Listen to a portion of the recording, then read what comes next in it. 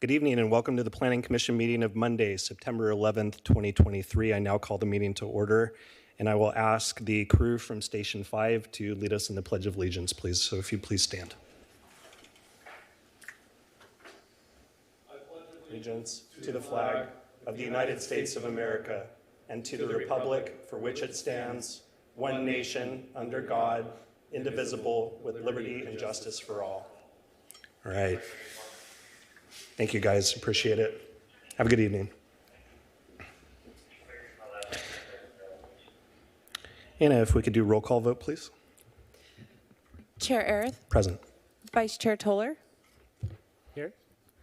Commissioner Rojas. Present. Commissioner Zick is absent. Commissioner Andrade. Here. Commissioner Vivar. Present. Commissioner Klepek. Present. All right, thanks, Anna. This brings us to public comments. Public comments will be heard at this time on matters that are not listed on tonight's agenda, but are within our jurisdiction. So I will now open up public comments, and if you'd like to speak, feel free to come to either podium. You'll have 3 minutes to speak, and you'll hear a chime at the 1 minute mark. Would anyone in chambers wish to speak this evening? All right, seeing none. Anna, do we have anyone online? No, we do not, Mr. Chairman. Okay, or the telephone? No, we do not. All right, great, thank you. That brings us to Planning Commissioner comments and suggestions. And I'll go ahead and start to my left with Commissioner Klepek. Nothing for me. All right, Commissioner Vivar. Yes. Good evening, everyone. Thank you for being here. To those tuning in as well online.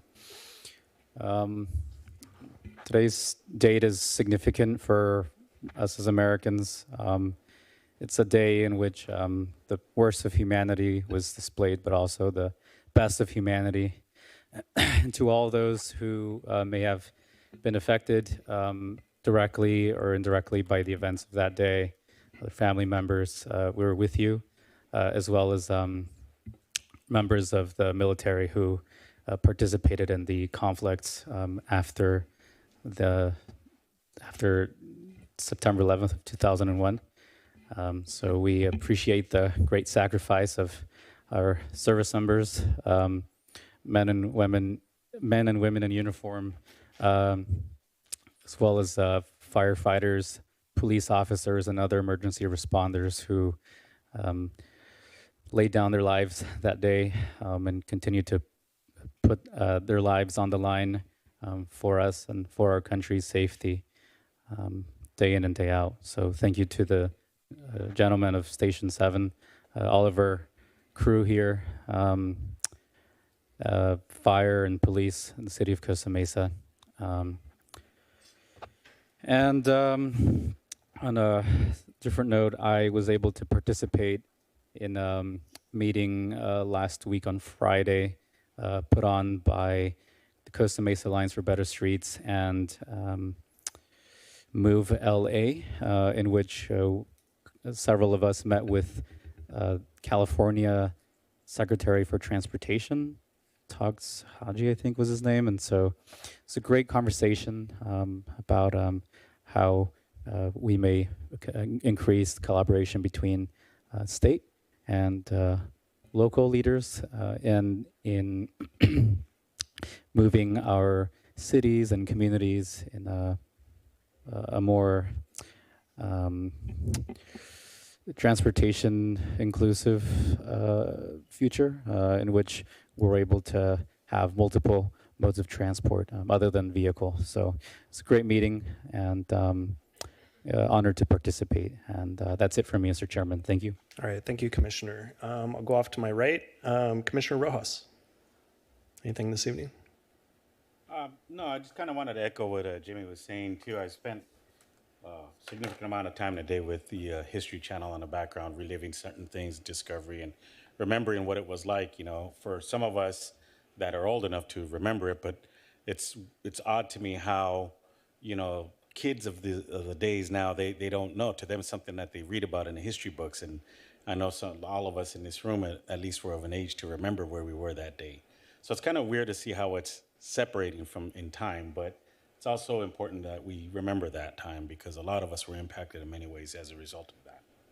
I also wanted to point out I've been taking my son to work, driving through Placencia and seeing all that work in the pavement and the restriping being done. And I thought it's although it's a little bit of hectic to drive through there, I like the way it's coming together. It looks really great. So I just wanted to commend the guys that are doing the work for that because I can tell it's going to be phenomenal. So that's it. Thank you. All right, thank you, Commissioner. Commissioner Andrade.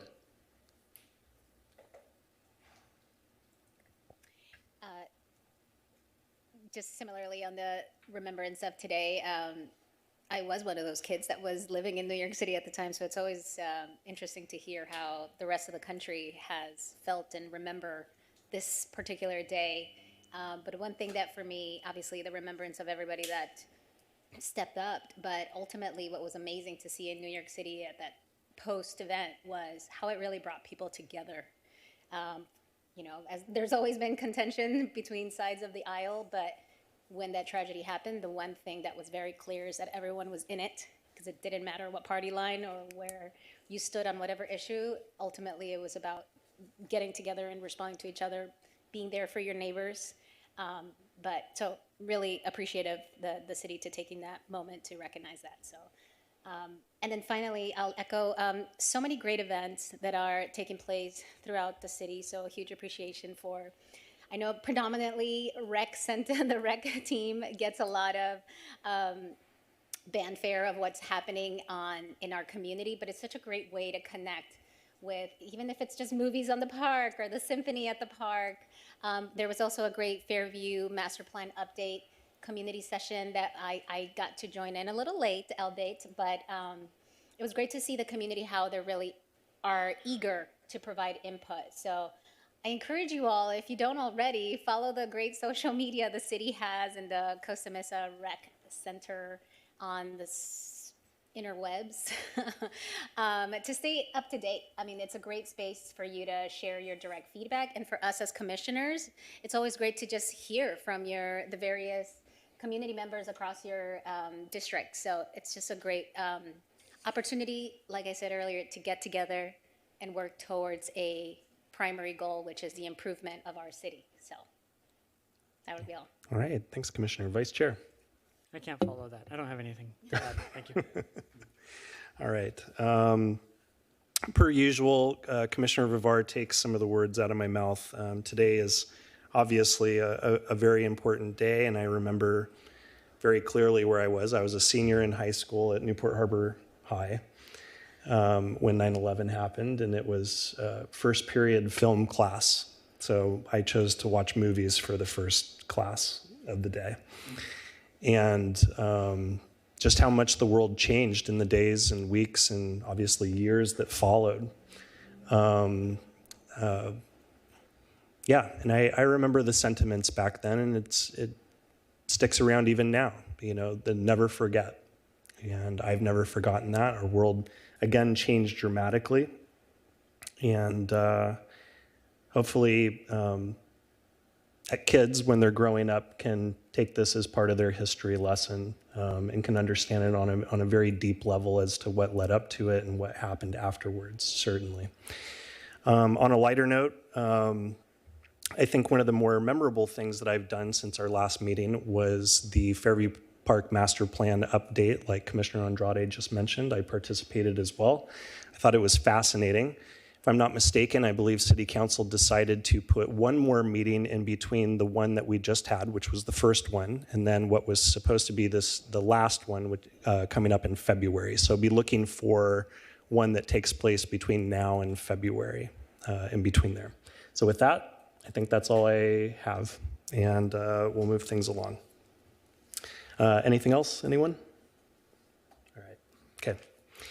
This brings us to our consent calendar. I see we have 2 consent calendar items tonight, and I'll note that all matters listed under the consent calendar are considered to be routine and will be acted upon in one motion. There will be no separate discussion of these items unless members of the Planning Commission staff or the public request specific items to be discussed and or removed from the consent calendar for discussion. Items removed from the consent calendar will be discussed and voted upon immediately following Planning Commission action on the remainder of the consent calendar. So let's see here. Anna, if you'd like to read the consent calendar items in, please. September 12th, 2022, unofficial meeting minutes. October 10th, 2022, unofficial meeting minutes. Okay, thank you. Commissioners, any comments on the minutes? All right, seeing none, I have none either. May I have a motion? Motion made by Vivar. What's your motion? My motion is to approve the minutes as is. Okay, is there a second? Second by Commissioner Rojas. Would you like to speak to your motion? No, sir, nothing. All right, Commissioner Rojas? No, sir. All right, great. Anyone else? Nope. All right, Anna, let's call it up.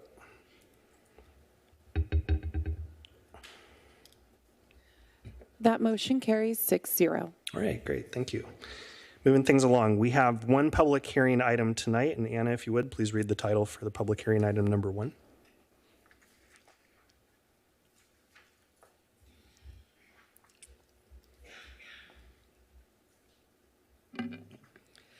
Public hearing item number 1, planning application 22-30 and tentative tract map 19244 T-23-01 for a master plan for an 80-unit live-work development at 1711 to 1719 Pomona Avenue. Please note we have not received public comments on this item. This is a call for any ex parte communications. All right, thanks, Anna. Starting off to my right, Commissioner Rojas. I have none. Okay, Commissioner Andrade. Vice Chair. No. Commissioner Vivar. No. Commissioner Klepek. No. I have 3 ex parte, I guess maybe just 1 ex parte to talk about. I talked to David, Ryan, and Jose just before the meeting just to say hello and talk for a few minutes, but I do want to disclose that. So with that said, I'll now turn it over to Mr. Yeager to present the item. Good evening. My name is Chris Yeager. I'm Associate Planner here with the City of Costa Mesa. I'll be presenting the project tonight before you. The project is located within the Mesa West Bluffs urban plan, and the intent of this urban plan is to allow opportunities for live, work, and residential development in the urban plan area. And this is not meant to provide any major intensifications of use. A live-work unit, it is a mixed-use development composed of a joint work and living quarters in the same building. So the project is proposing 8 live-work units tonight. The urban plan does allow for flexible development standards and allows for deviations from the requirements if specific findings can be made. Tonight, the project is required to make findings for master plan, urban plan, deviation, and tentative tract map. The project history, the master plan was first heard by City Council on November 16, 2021 for master plan screening. City Council provided feedback to the applicants for them to prepare for the actual master plan submittal. Some of the feedback included orienting additional units towards Pomona Avenue to help activate the street. And the applicant responded to those comments by modifying the layout of the most northeasterly unit to have the storefront face Pomona Avenue. They also provided large windows and storefronts for all of the units, including the ones facing Pomona. Additional feedback was the inclusion of additional trees and landscaping along the street. And the applicants responded by providing additional landscape material along Pomona Avenue. And they've also increased the number of landscaping along the north sidewalk between the proposed development and the mini storage facility. The landscaping provided, it does exceed the code minimums substantially. The City Council also provided feedback to help alleviate any flood concerns in the area, to provide additional permeable paving and or bioswales. And the applicant responded by providing a bioretention planter area in the front landscaping setback. The project site is located on an approximately 20,000 square foot property, or 20,000 square feet across 2 properties.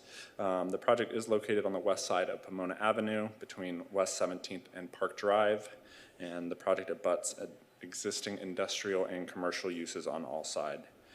Several existing residential uses are also within close proximity, including 17 West, which is the large live-work development at 17th and Pomona on the southeast side. It's approximately 220 feet from the proposed site.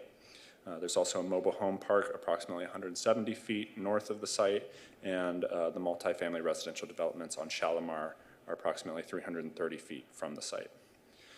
The project site is also located within half a mile of bus stops, the 47, 55, and 71 line, and the circulation element of the general plan identifies that the adjacent section of Pomona is included as a proposed Class 2 bikeway. The property is zoned general industrial and has a general land use designation of light industrial. The adjacent properties are all zoned general industrial, including the properties across Pomona. The existing conditions of the site include 2 industrial developments that you can see on the screen.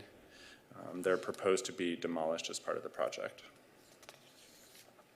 The surrounding area includes various commercial and industrial uses, as mentioned. The picture in the top right is the property to the south of the project, and then the picture in the bottom left is the public storage facility to the north of the project. Across the street on the top left and bottom right, there you can see the multi-tenant commercial and industrial buildings and the live-work units across the street. The project proposes a master plan to demolish the existing development and to construct 8 live-work units with attached garages and additional on-site parking with a deviation for the minimum lot size. The project proposes a tentative tract map to subdivide the property for individual ownership, and the overall height of the proposed buildings are 3 floors and 42 feet. And then the total FAR for the project is proposed at 0.99. Which complies with the urban plan requirements. Various other site improvements are included, including hardscaping, landscaping. The tentative tract map proposes to combine the 2 existing parcels into one 20,160 square foot parcel, and then to allow individual ownership of the live-work units. Staff has reviewed the tentative map with the Municipal Code and the Subdivision Map Act, and has determined that the map is in compliance with the respective regulations. Approved master plans in the urban plan allow new construction that does not fully meet all applicable standards. A deviation tonight has been proposed to allow for the project on a lot that is less than 1 acre in size. The urban plan allows for this deviation provided that all other development standards are met. The lot size deviation would result in a project that includes a smaller number of units than other potential projects on 1 acre or more. However, the project meets the objectives of the urban plan by providing well-designed live-work project, which improves streetscape, maintains the development capacity of the city's transportation system, and provides unique housing for small business entrepreneurs. Pursuant to the urban plan, in order for a deviation to be approved, the project must provide quality environments and substantial amenities. As proposed, the project includes 50% of the units with storefronts facing the street, and in addition, high-quality, drought-tolerant native landscaping is proposed throughout the project. The total number of proposed trees and shrubs well exceeds the code minimum, and the street-facing landscaping is enhanced with flowering trees that will provide visual interest and additional shading opportunities for the sidewalk. The proposed site plan includes 2 buildings. The north building is oriented east-west and features 5 units. And the south building is oriented north-south with all work components on the south building are facing Pomona, and then the most right unit on the top building is also facing Pomona. All open parking on the site, it is to be made available to guests. And the project is providing the minimum number of parking as established by the code, 12 guest and 12 open parking. 4 of the units feature a 2-car garage, while the 4 other feature a 1-car garage and tuck under open guest parking. The project includes 2 unit models, each with 1,817 square feet of living area. Each unit is proposed with a ground floor workspace and accessible bathroom. The residential space is located above the work area and includes 2nd floor work area with kitchen, living room, and a half bath. The third floor is proposed to include 3 bedrooms and 2 full bathrooms. All units are proposed to be constructed with private open space consisting of second floor deck and fourth floor roof deck with a total open space for each unit of 600 square feet. The fourth floor is proposed to include a mechanical area in addition to the roof deck, and that will allow placement of HVAC and other mechanical equipment, which is located behind a screening parapet. The proposed development has been designed in a modern style with articulation and offsets on the various elevations to provide transitions among the different units. The project includes contemporary design features, including large windows, a mixture of exterior building materials, and a variety of vertical articulations. Each unit includes a second-story balcony, large second and third floor windows, and large open storefronts on the ground level. The urban plan requires that landscape areas consist of native and drought-tolerant plant material. As mentioned, the proposed number of plants well exceeds the code minimum with 31 trees on site and 310 shrubs. A final landscape plan will be reviewed with the building permit submittal in order to ensure that it is compliant with the code and the water efficient landscape ordinance. In addition, as required by the code, all parking, access, and walkways will need to be illuminated. Lighting will be reviewed for code compliance during the building permit plan check. And finally, the code requires that utilities be undergrounded and that all meters be screened. This will also be reviewed under the building permit submittal. An integral part of live-work units is the work component. A variety of small-scale services are encouraged by the urban plan, with limited, larger, and commercial uses being permitted through discretionary review. The matrix on screen is the land use matrix from the urban plans, and it establishes the permitted and conditionally permitted uses. Only conditionally permitted, conditionally approved land uses would require subsequent review by the Planning Commission. At the time that they are proposed, parking requirements, lease space size restrictions, hours of operations, and other related conditions of approval would be stipulated for those uses. All live work projects are required to submit noise study, phase 1 environmental assessment, and a health risk assessment. These studies were submitted with the project and did not reveal any environmental concerns for the project. The studies and environmental analysis helped assist in identifying the project as categorically exempt from CEQA. In addition to a plethora of standard conditions, the project also includes conditions related to each unit being marked as a live-work unit, and that the workspaces need to be maintained as workspaces, that a notice to buyer be required to disclose the location of the property in an industrial zone, and to include operational characteristics of surrounding uses, including any potential noise and odors. That roof decks are not to include any permanent furniture. Should signage be asked on the site, a comprehensive sign program will be required for all on-site signage. All backflow preventers and other utilities will need to be located outside of the front landscape setback and be screened both on and off-site. Paved areas are required to be decorative stamped concrete or pervious pavers with no center concrete swales. CC&Rs are to be established to require vehicle parking in garages, and that storage can't interfere with that garage parking, and to prohibit outside storage of other large vehicles like boats, trailers, and RVs. And the CC&Rs will also need to provide a plan for maintenance of open spaces and common areas. The last condition on the screen is that a comprehensive utility plan will need to be submitted with the building permit submittal. In order to approve the project, the Planning Commission must make required findings for tentative track map, master plan, and deviations. Staff have included the proposed findings in the report, but in short, the track map is compatible with the zoning code and general plan. The site is suitable to accommodate the subdivision.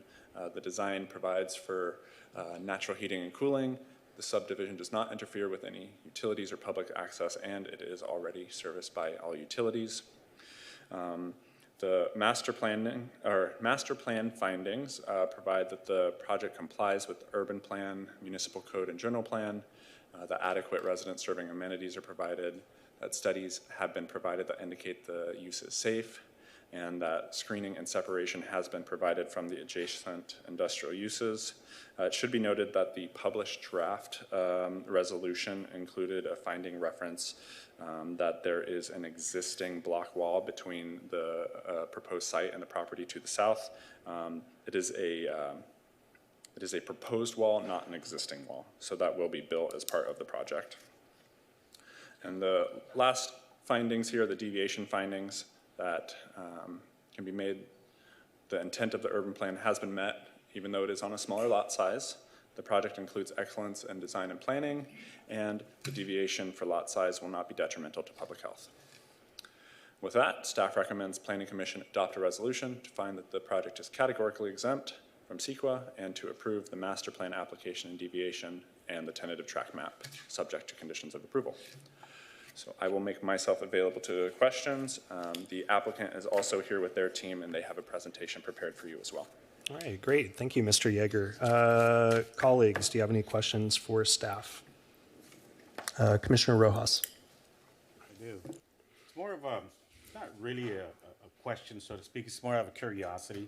So I was looking through this, and I didn't find any information on it, but given that one of the permitted uses is going to be catering and whatnot, and the prior site use was automobile repair, did this unit, again, just asking, did it have any ground fuel or oil storage units or hydraulic lifts operating in that site that would require us to do things like soil samples and testing to make sure that there's no contamination, since food products and residences will be there?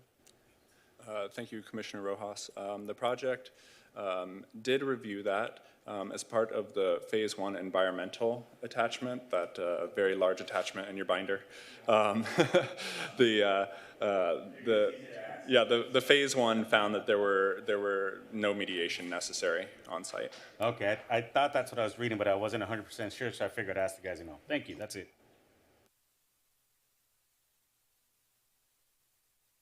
All right, thank you, Commissioner Rojas.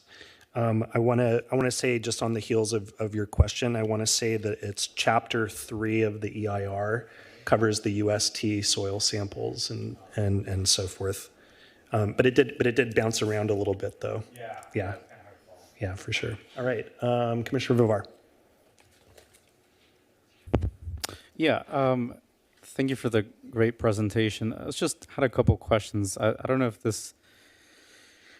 these units through the CCNRs, would they allow, for example, for a buyer to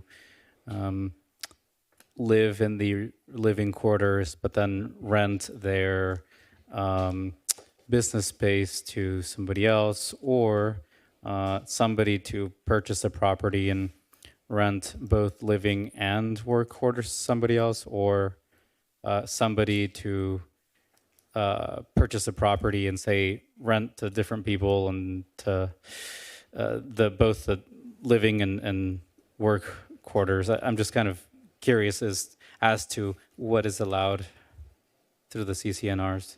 Great, thank you, Commissioner Vivar. The live-work units, they're intended to allow a living and workspace for the occupants that live in the building. So whether they're renting or buying, that space is meant to be their living establishment and their workspace.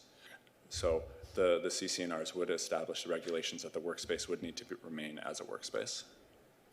Right. So that that essentially means somebody couldn't buy the property, live upstairs, and then rent their commercial space to somebody else, right?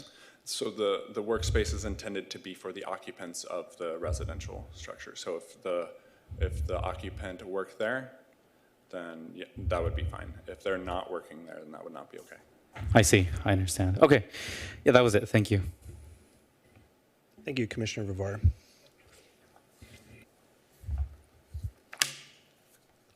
Yeah, Vice Chair. Thank you. So I'm trying to understand. Let's see, I have a few questions. I apologize in advance. Intent of the overlay. So the way I understand it, this is industrial. In the general plan, this is industrial, but there's an overlay that says you got to do industrial. But if you do this other sort of development, here's a separate set of standards that allow you to build something different. And that other thing is, I read through the Mesa West Bluffs overlay today a lot. And from what I understand, there's two types of development. It's live work and residential lofts. And can you help me understand the difference between the two and maybe why those two were, I know this was done a long time ago, but just help me understand what those two are and why those two are allowed this kind of way out. Sure. So the first part of the question there, live work, the main difference is it has a work portion as a part of the residence. The residential lofts, it's just residential purely. The development standards differ for those, and that the live work, it allows for a higher density, 15 to 20 units per acre, while the residential lofts are at 13 units per acre. The whole intent of the urban plan is to provide flexibility in development without negatively affecting the city's circulation system. So these units that they come in, they can be built, they're not going to have negative effects on the surrounding neighborhoods, and then the circulation element, it's going to remain the same, and that trips are generally going to be the same for the uses that are there compared to the live work or residential lofts. The other intent is to revitalize decaying industrial areas and to provide incentives for landowners to redevelop. Okay. So that kind of what I was thinking about when you were answering the previous question. What if a developer wanted to do ground floor retail or services with flats above that are rented out separately? But I would think that would have to do with the impact on traffic and parking because you'd have two separate entities needing. Is that Correct. kind of the logic? Okay. Correct. So the Mesa West Bluffs urban plan does not allow for those mixed-use developments. Other urban plans like the 19 West would allow for those. Okay. So in the urban plan on page 8, it kind of describes these two types of development. I know not everybody has this in front of them, so sorry, but the kind of top middle paragraph, it says, the reversion of live work units to residential lofts is expressly discouraged. And then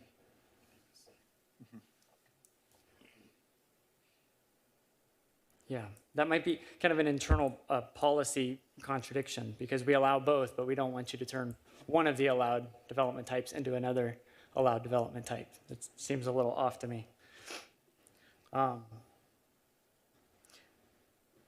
To be able to qualify for this, what are we calling it? To be able to activate this overlay and build under these standards, what qualifies you? This is 8 units and all of them have a workspace on the ground floor. If half of them had a workspace on the ground floor or some other combination, is that kind of the criteria that every, I guess all of these, anything you build is going to be the same sort of vertically integrated product, and whether it's a loft or a quote unquote live work, but to be a live work product and therefore be subject to these standards, these allowances, every single one of them has to have a workspace of 250 square feet. Is that? That's correct, yes. Okay. Any idea where we got that number, 250 square feet? I would have to do some detailed research for you. Sure. Now that is a similar number than a lot of jurisdictions live work. Okay. Yeah, some of them have, the ones that I'm familiar with are artist live works, and 250 is right there. Okay. Page 12 of the staff report, I just wanted to confirm something. I might be reading this too literally, but under fences and walls, paragraph towards the bottom, it says, as required by the Municipal Code. The project includes a 6-foot high block wall around the perimeter of the proposed master development lot. We're not gonna, there's no danger of this being in front, right? Because it says around the whole, and I know that in our code we allow 6-foot walls in front, provided it's 10 feet back, which I think, personally, I think is not a good standard. But is there any danger of that slipping through during plan check? And is there anything we should say tonight to prevent something like that being allowable during plan check? The quick answer is that the project would have to comply with the city's fence and wall standards, which prohibit any fence greater than 3 feet in the front 10 feet of the property. But 10 feet back, does this have a 10 or a 15-foot setback? 15. Okay, so 10 foot back, theoretically during plan check, things could go sideways. That could be a condition that we would be able to, okay. Yes, absolutely. The commission could add that condition, and it certainly would be consistent with some of the council's direction with the screening of if activating the area on Pomona. Okay. Driveway material, I didn't catch that. Do we know? Is it concrete, asphalt, textured pavement? I believe there's a portion which is shown on the site plan as stamped decorative concrete. However, the code does require that the entire driveway be stamped or pervious pavers, so that would have to be a part of their plan check submittal. The entire driveway in the back? Okay. And I have one more question. Page 15 of the staff report, it covers parking. And I would assume, so page 15 has the list from the urban plan of allowed uses on that ground floor. And from what I understand, and the explanation above that table is everything would be, the uses would be by right, and the parking would be automatically satisfied with the parking that's already provided. But if it's one of these uses like music, yoga studio, recording studio, photography, even medical office or dental, printing and medical office or dental, it would need a CUP. So far, so good. But what would that mean for parking? Would that mean that they would all those effectively, once it's built, you're not getting any more parking on that site. Would those be dead on arrival, I guess? No. So the project today proposes the minimum required parking. If they were to propose more, they'd be welcome to. The site doesn't allow for that. If they were to propose less, they would need to apply for a variance. In the future, once this is developed, any use that comes in which requires either the minor conditional use permit or conditional use permit, we would examine parking based on the city's shared parking requirements. So we look at all the uses on site and determine if the parking is sufficient or not. 'Cause what I understand is there's 24 spots required now, and there's 24 proposed to be provided. So, yeah, I'm wondering if one more spot is required. I guess the permitted uses, that takes the parking demand into account. We're taking that into account now. But we're not taking, I guess in the future, we're not taking the conditionally permitted uses into account from a use perspective or from a parking perspective. Like the use impact and the parking impact might be looked at in the future. Like, is there a scenario in which we would say, no, whatever one of these recording studio or whatever, you're going to need more parking than you've got on the site, and so no. Is that, you know what I mean? Yeah. So if a use came in and it didn't comply with our shared parking calculations, the other alternative would be for the applicant to apply for a minor conditional use permit to deviate from the required parking. And as part of that review, they would need to demonstrate that their use can work without the required parking. So whether that's appointments only or limiting the number of people in there at any given time. Offset hours. Or offset hours, yeah. That answer makes sense. Okay, that's all for now. Thank you. Thank you, Vice Chair Toller. Anyone else? Commissioner Andrade. To piggyback off of that question, what is the the street parking situation around the facility would that kind of help, does that help supplement an applicant that has make what is it? Conditional use, permit request? The city code does not allow for that for us to look at off-street parking when looking at uses. But we'll say that, Commissioner Andre, the code does allow for off-site parking at another location. Yeah, I know there's like So if it was nearby and it was considered to be available, the city could consider that along with some of their other parking exceptions and abilities to address creative parking approaches. Awesome. Yeah, I know there's a shopping, like a mall right across, right? Small business mall right across from this area, so. And it's great. I love it that it's like kind of leaning towards the city's overall goal to make it walkable. It's walking distance to Trader Joe's, you know, you can do your shopping, and lots of good businesses right around that are walking distance. So learning more, so again, maybe this could be for the record, for the public to learn of, like, are there common requests from the city to provide these kind of housing units that include a business space and a property? Like, is that why we're targeting? Maybe you can give some background on some history and how did this application come about, or like what are the needs for it in the city? So the city reviews the applications. The developer is the one who has more of the knowledge on the market and what's out there. So I would recommend that you save that question for the applicant. Perfect. But in the sense of what our urban plan allows for, there was a time when obviously it wasn't allowed for, and the city made some adjustments and decided that with certain investments and certain amenities, housing would work well here under certain conditions. And so it is an incentive. It's considered an overlay, but it's really an incentive.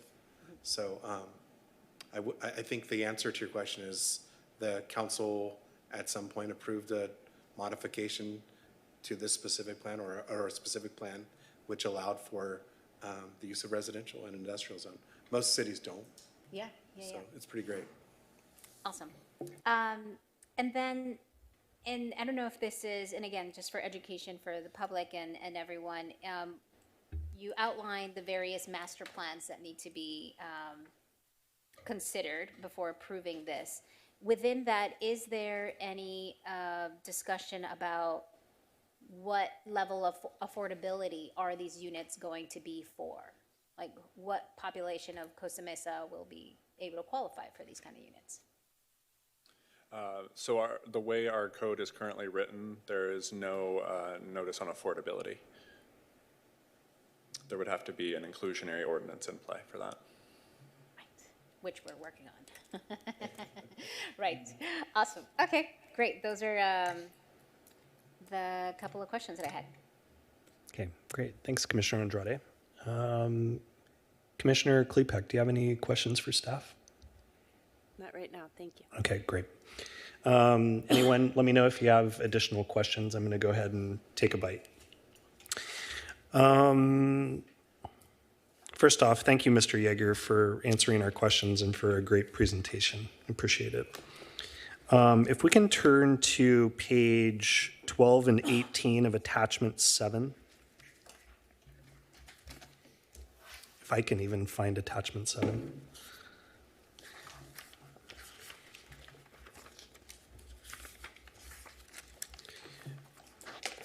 I think I can kind of paraphrase off of it. 12 and 18 were either in words or in figure to say that there were going to be potential future noise impacts that would potentially require additional attenuation. And I know that what's being proposed here to attenuate the road noise on Pomona would satisfy that requirement, but if we have data to suggest that there's going to be an increase in the CNEL, would we not recommend stricter requirements for future noise that we expect in this area?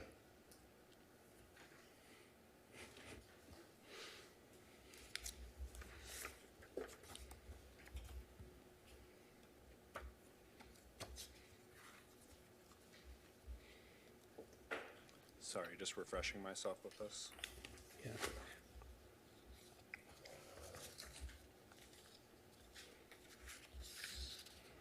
So the goal, if I remember correctly, is to lower the interior dB by 15.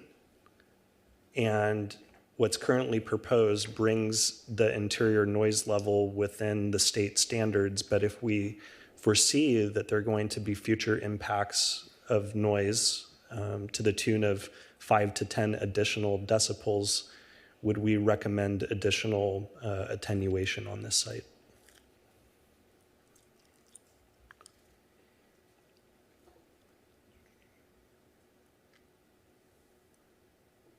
Yeah, I think that's a tough question, obviously. But we're clearly planning for the current status of noise. I don't know where in the study it talks about, I'm still looking where it talks about a future projected CNEL level. What page did you say it was on again? Just It's page 12 of attachment 7 in ILR Associates Incorporated study. okay. Let's see here. Goes from attachment 5 to attachment 7. It's the acoustical analysis report for the 17th Street in Pomona. The contours for that, that noise area show on page 10 the current noise contours, and then on page 12 the future noise contours. And maybe this is a question better for the applicant Okay. to respond to. I know from our perspective, there are situations where we do plan for a future noise, not a future noise, but a future environmental review or future issue. Noise has never been one that I've ever reviewed for where we've actually addressed a future noise condition. Okay. So it's interesting that it's in the report, but it's certainly not something that we are regularly projecting development for. It makes sense to do so, and it certainly could be a condition of the Planning Commission based on the report that they provided, if it does indicate that, but it'd be interesting to see what the applicant says about that. Okay, great. I think I'll reserve that question for the applicant when he comes up. Moving along, does staff have any concerns with adjacent uses to the subject property? I believe it's a mechanic shop, car mechanic shop, isn't it? Classic cars.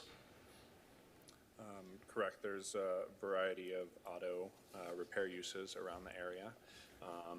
As the documentation has been provided, there doesn't appear to be any health issues which would affect this property.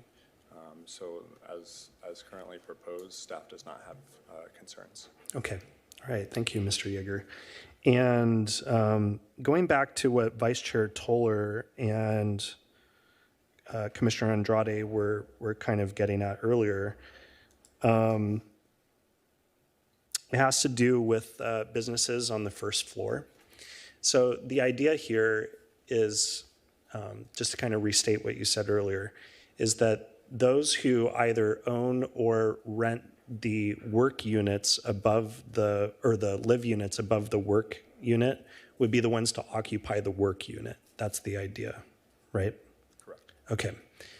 Is that the idea, or is that written into the conditions of approval for this project to stipulate that only those who are residing on property or have some kind of legal accommodation through the formation of an LLC or whatever they do have access to that first floor?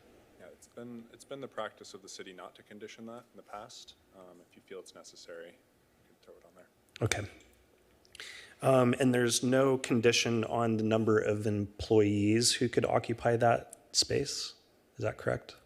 Correct. Okay. So let me think how to phrase this.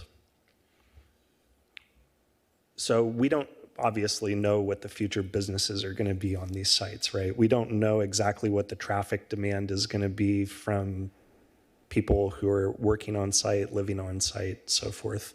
But it seems like we do have a backstop in what Vice Chair Toller was mentioning earlier on page, gosh, what was it? It was the permitted uses, Vice Chair. You remember what page that was on? 15. 15 of the staff report, to say that there are some uses that are permitted by right, but then if there's a use, and I'm sorry to be redundant, Mr. Yeager, but there are some uses that will potentially require a minor conditional use permit or a conditional use permit, and they'll have to go through the same system by which we typically hear items. Correct. Okay. Sorry, if I may add on, all of these permitted uses, the city code lists them as 4 per thousand or 3 per thousand parking requirements. And with the 250 square foot workspace, that would equate out to about 1 required parking space for that work area. Okay. And they're provided with 1.5 each. 1.5. Okay. 1.5 guest spaces each. All right. Perfect. Okay. I think that's all for now. I may have some additional questions as usual. All right. Anyone else? Commissioner Andrade. Just kind of going off on those. Of course, the hope is that all of these entrepreneurs, small business startups are successful and thrive for many, many years, right? Because they're coming in and buying this unit that has these requirements. Should the tragedy that the business is not successful, like what does the property owner, fall back on? Right, because the expectation is that if you live there, your business has to be downstairs. So the majority of the work units that I've been able to observe, I did an informal survey just walking around, they were all set up as home offices. So, I mean, even if it may not be a business of their own with the current economy of people working from home, it looks like most people have used them just as home offices. So, I mean, we can't regulate the business, like, yeah. Got it. Okay. Thank you. Thanks for clarifying that. All right. Thank you, Commissioner Andrade. Anyone else? On a quick follow-up on that. So I could, in theory, buy one of those units and then just live and work downstairs, have my desk and computer, and that would work as a kind of business use? Correct. The conditions just state that it can't be a living space. Okay. And so what would happen if one of these entrepreneurs were there for a long time or was sort of on the older side and then retired? Would they be required to then sell their property if they were no longer working, or? No, there No? would be no requirement for that. However, the first floor work area could not be used as a bedroom or living room or anything like that. If Okay. you wanted to use it as an area to file away, then that could be an option. Interesting. Okay. That's it. Thank you, Mr. Yeager. Thank you, Commissioner Vivar. Anyone else? Vice Chair Tiller. Yeah, these are for sale units. Correct, yes. Okay. All right. Seeing no one else, we'll go ahead and move it along. Mr. Yeager, thank you so much. Before we move on to the public hearing and hearing from the applicant, let's go ahead and take a 5-minute break if you don't mind. Okay? All right, thanks. We'll see you in 5 minutes.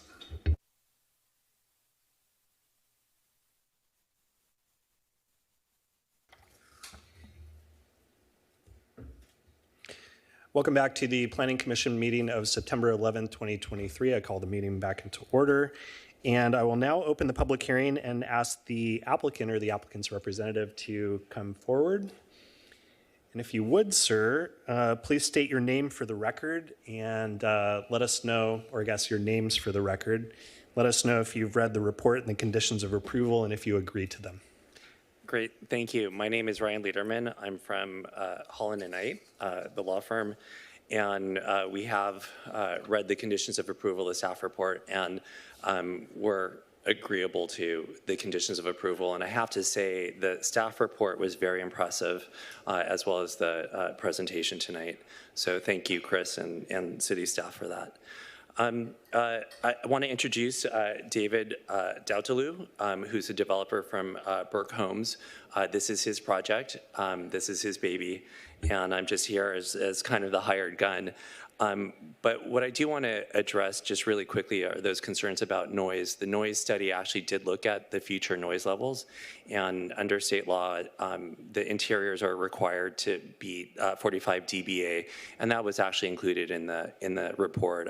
I don't remember exactly which chapter, but it's just before the conclusion, and so that does take into account the future conditions. With respect to parking, I do a lot of projects, and this is a pretty high parking ratio. You basically have 3 spaces per dwelling unit, but it meets the code, and that's what it is. And so that does anticipate future guests and customers as well, so that these businesses can be thriving and successful. During the hearing a little bit earlier, I was on Google Maps and I wanted to just check out the street parking situation. There is plenty of available street parking there right now. So parking should not be a problem. We're also within a half mile of transit. I haven't explored whether AB 2097 would be an option as well for the future uses, but regardless, the project complies strictly with the code with respect to parking. And if they're so successful in the future that there might be a minor conditional use permit in the future, we'll deal with it at that time and be subject to whatever the regulations are. And it's in no one's interest to have a parking situation over here. So rest assured with respect to that. With live work, there were a lot of great questions, a lot of deliberation, or actually it wasn't quite deliberation, but a lot of great questions about live work. I was actually just in Claremont at a very similar hearing for another live work project, so I understand a lot of the concerns. And the goal is to be successful. The goal is to have the residents have successful businesses on the ground floor. And that is the intent. It reduces vehicle miles traveled so that the people who live upstairs can work downstairs, have a thriving design shop. And so I want to go through some of the slides over here, and David could go ahead and talk about some of his own personal experience developing in Newport Beach with some of his live work projects as well. So if maybe we could go to the next slide. And I will turn this over to David just to address these slides. Yeah, so thank you everyone. So in the cannery area of Newport Beach, I was lucky enough to build a lot of work-live projects, and almost every single one of them have absolutely amazing businesses in them.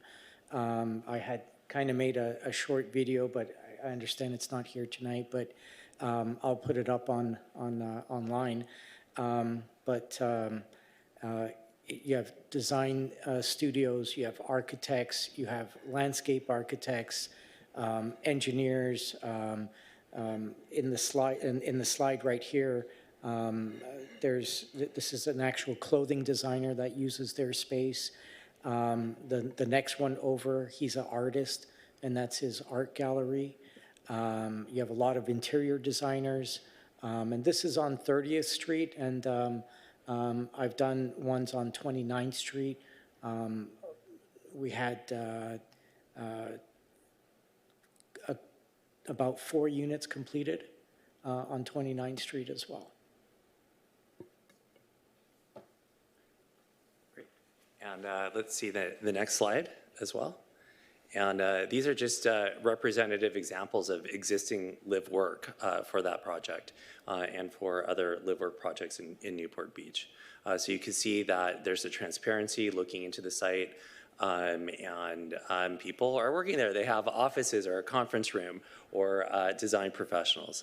Next slide, please. And this is your project, right? Yes, yes. So this was one that was completed about 3-4 years ago.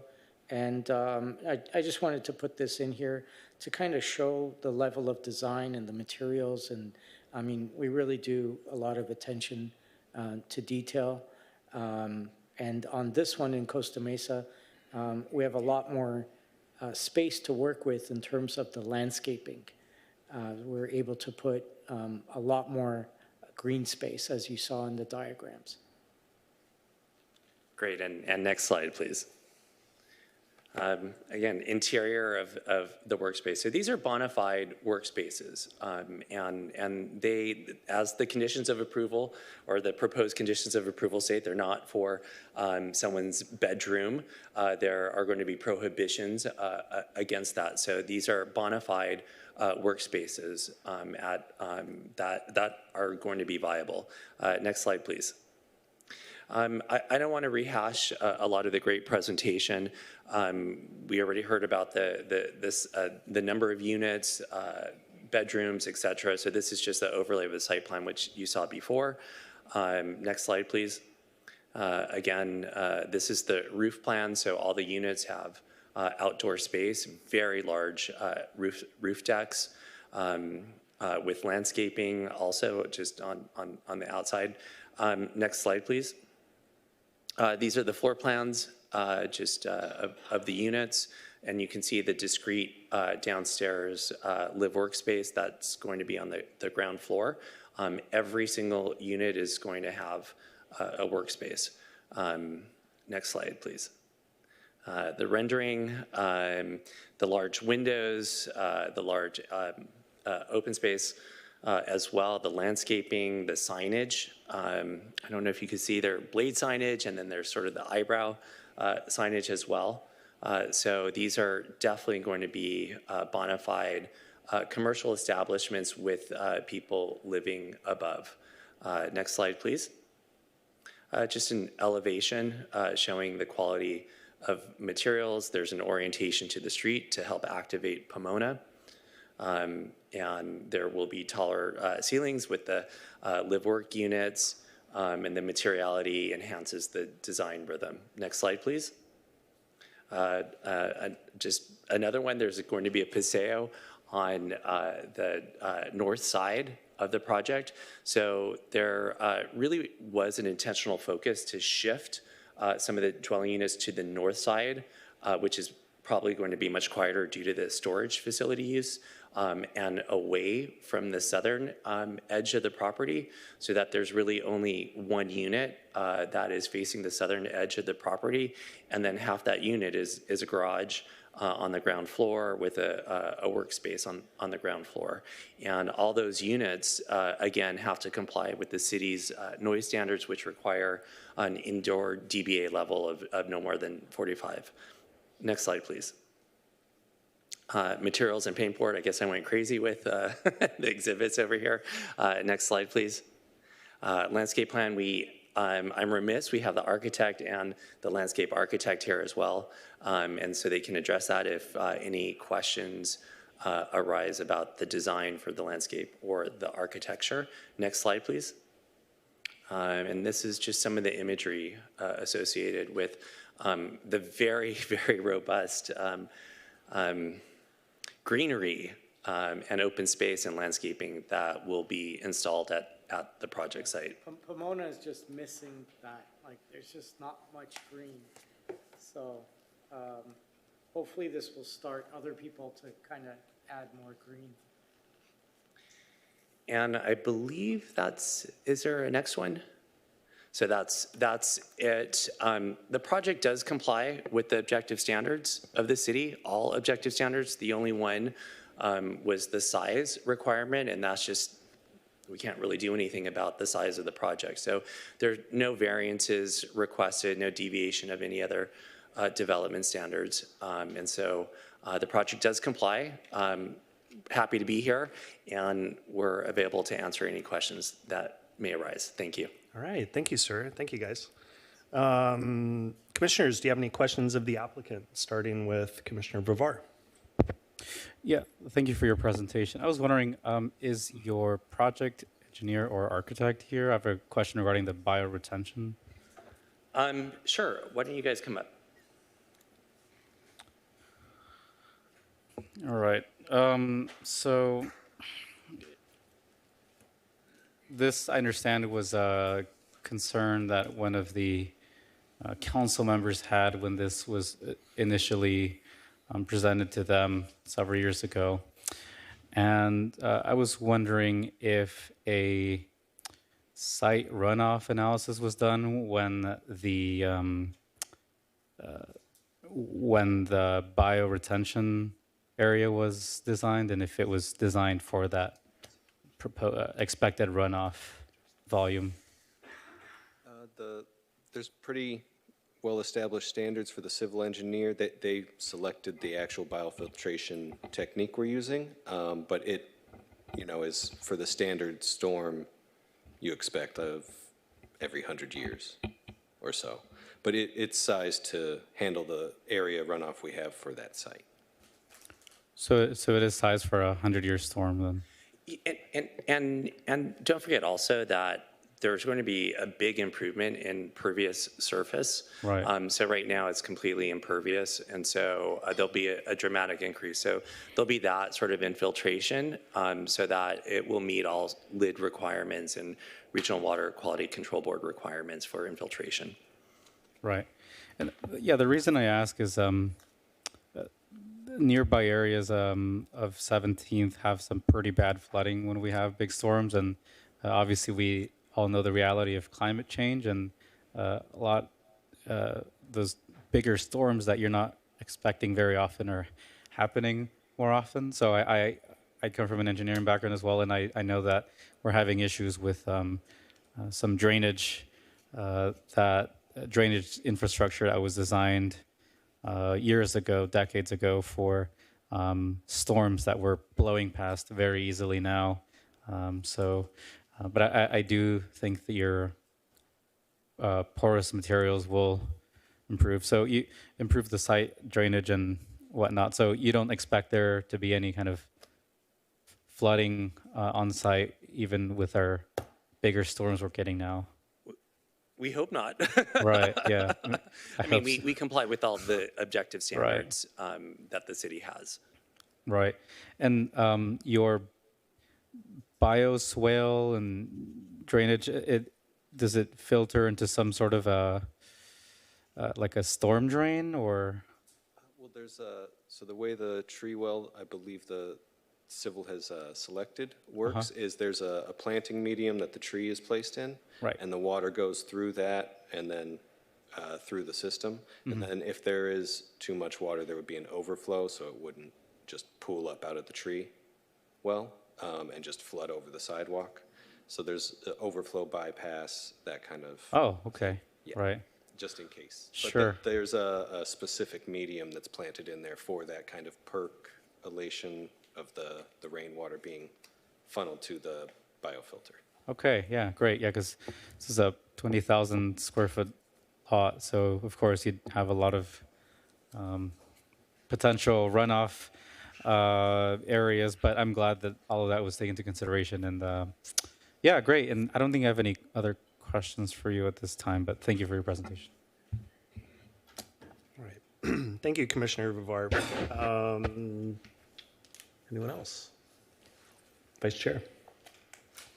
Thank you, guys, for coming and answering our questions. I've heard a couple of times that you've complied with all the objective standards, with emphasis on objective. That seems to imply that there's some subjective guidelines that might have been deviated from. Can you expound on maybe what some of those? Great question. I didn't mean to apply that there are subjective standards that we don't comply with, but that's the framework of the Housing Accountability Act, where a project is legally required to comply with objective standards, and this project complies with all those objective standards. So I'm not aware of any subjective standards, some standards that we don't have to adhere to. Okay. As far as I know, we adhere to all standards. Speaking of design, just the facade design, would you say that the design is in response to the guidelines that we have in our residential design standards and in our master plan, or is that the way you would have done it anyway? You don't. There doesn't need to be an extensive or any answer to that. I'm not looking for anything specific. Any input? I think the guidelines help guide the design. So yeah. Okay. Same kind of question. I don't mean to put you on the spot with this one, but you implied earlier there's a lot of parking. 24 on-site spaces for a landlocked lot like this for eight units. It's That's a lot. Just from a financial market standpoint, your pro forma, would you have provided fewer parking spots? Would you have tried to sell these with fewer parking, on-site parking if you could have? Yeah, I mean, parking does cost a lot of money. I mean, Costa Mesa, I mean, land is very expensive. I mean, Southern California in general is. So, yeah, parking. So, I mean, hopefully in the future, we'll have a more walkable city and, you know, less, relying on auto transportation. I mean, in Europe, I mean, half the people I know living in Europe, they walk to work, or they take public transit. I mean, public transit is actually, you know, very functional in, I would probably say 80% of European cities and probably only 20% of, you know, American cities, where it's just like New York and Chicago and that's it, right? So hopefully in the future, yeah. In here, like you had mentioned, I mean, it's great. Someone can walk to Trader Joe's. There's several restaurants that they can walk to. There is easy access to public transportation, but hopefully everyone's mentality starts changing, and we'll have more. Like Laguna Beach has kind of created a downtown area where they closed off the cars. That's great. Really enjoy that. Maybe in the future, Costa Mesa will have some place like that as well. So you did say that cost was a reason why 24 spaces is rough on this project. It is rough. But that other part you said, where hopefully in the future will be more walkable, was the current lack of walkability, the current state, that in contrast to what you were describing, part of the reason that maybe 24 is yeah. appropriate? It's if there's less parking, I mean, you can kind of increase the size of the units. So the cost of your land will kind of be dissipated to more of the square footage, and kind of makes the project a little more profitable. Right now, I mean, to be honest, I mean, my pro forma is not, you know, the best pro forma. That this project is not super profitable, but it is one that I love, and hopefully all will go well, and we'll have people living and working in them. Can you tell me, I appreciate the use of the word bona fide, because I think that was on council's mind a year and a half ago, and I think that's on a lot of people's minds, because we have a lot of these live-work units coming in through these urban plans, and even this urban plan that was adopted in almost 20 years ago even talks about it says, the fundamental challenge of creating viable live-work units is ensuring that the live-work unit does not become purely residential. The rendering that was on the screen, the first page of that PowerPoint, with what you called the eyebrow signage and at zero grade and everything, it did look bona fide. It has top to bottom windows and everything. Can you tell me about any design characteristics of that ground floor that, or fixtures that are pre-installed that would facilitate the use of it towards this allowed use Yeah, list and not residential? One of the biggest things is to have like storefront windows where it's extremely large and transparent. So from the street, you're actually seeing that is a workspace, that is a design studio, that is some type of store, some type of commercial use. So it does strike interest. The 250 square feet just strikes me as small. Are those comparable to the size of the workspaces and other live-work projects that you've been part of? It is small, but it's not too small that you can't have an art studio or an architect cannot do their work out of there, or it's not too small that you cannot have someone visit you and you can talk about your business or what you want to sell or trade or service. Okay. The urban plan says that the max FAR is 1.0. But in the case of excellent design, findings can be made that the site design is excellent, et cetera. You can get up to 1.25. Is there a reason you didn't go for that? Was it not needed, or? I think it's parking I mean, you need a certain amount of space for the parking, so that kind of inhibits that.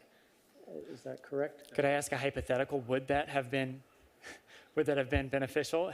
Absolutely. Absolutely. Absolutely. I mean, we're talking about, we were just saying that the workspace is small or this or that. If it's less parking, less garage, it opens up more space for that area. Yeah.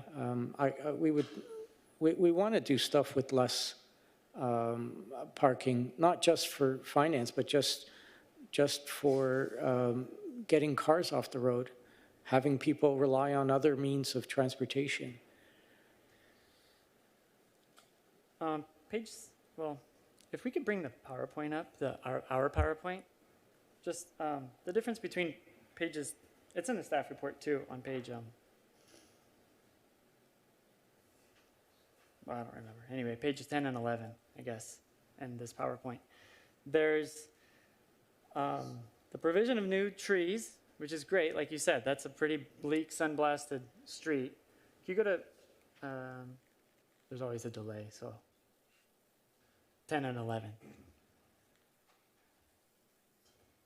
Okay, there we go. So in the rendering, the trees are in the parkway on the street side of the sidewalk. But if you go to 11, in the site plans, all the site plans provided, it's the opposite. So all the renderings show the trees in what is a parkway, and all the site plans show the trees right up against the buildings. This was brought up in the council meeting by Councilmember Reynolds. Can we, which is it? I believe the most updated part of the PowerPoint we brought with us has the rendering where it shows the trees all on property instead of in the parkway. I think that was just a... Okay, is that the intent? Yeah. Okay. Yeah, that they would all be in that front part of the property. And is there a reason for that? I know it's complicated when you get on the public right of way, but is there a design? Well, I think aside from that's the existing current condition of the sidewalk. So all of those trees would be in the inside of the front property, front area of the property. So within that 15 feet? Correct. Okay, so there's a small little dooryard wall, right? Yes. And so, sorry if you don't have all the numbers off the top of your head, but that little dooryard would be about 10 feet and then 5 feet from the dooryard to the property line? Something like that? That sounds about right. And yes. where would the trees go in relation to that little patio space? 15 feet seems pretty tight for a full-grown tree when you factor in those other elements that you have. I believe the trunks would actually be within the first 5 to 8 feet of that setback. Okay. So they have room to grow out a little bit over the parkway and towards the building, but they're not going to go right into the building. Mm-hmm. So 5 to 8 feet from the facade, these trees are going. It's 5 to 8 feet from the property line, I'm sorry, from the right of way. Okay. So Which translates to it's about the same. 8 to 10, okay. Last question for now. Sorry, thanks everyone for your patience. And I believe this was asked a year and a half ago, or whenever that, 2001. You have an array, a block of 5 and a block of 3. Why are the 3 facing the street and 5 facing that north wall and not the other way around? I think it's the geometry of the site. So it's just you have to have the driveway and have that meet that access. And so you need to have fire truck access as well, and garbage truck access. So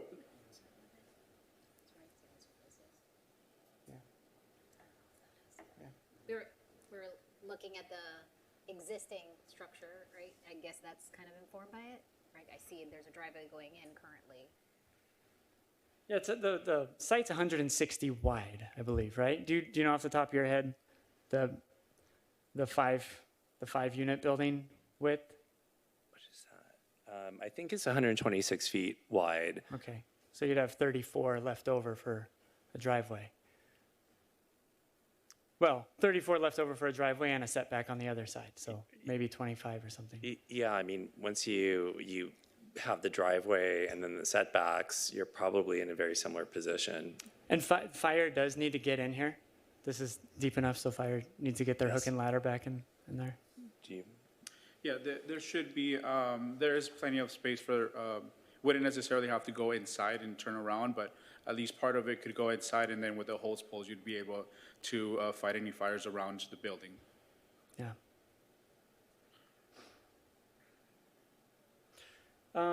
Last question. I said that last time. This is kind of related. The units facing that north wall. So you have 5 units facing that north wall, and those are going to have signage. Those are going to receive customers, maybe, depending on the nature of the business downstairs. And that's, I believe that's sort of a dead end, but that's where customers and patrons of the businesses are supposed to go down that little space. And I think is it 10 feet from the facade to the wall? Yes. Yes. Okay.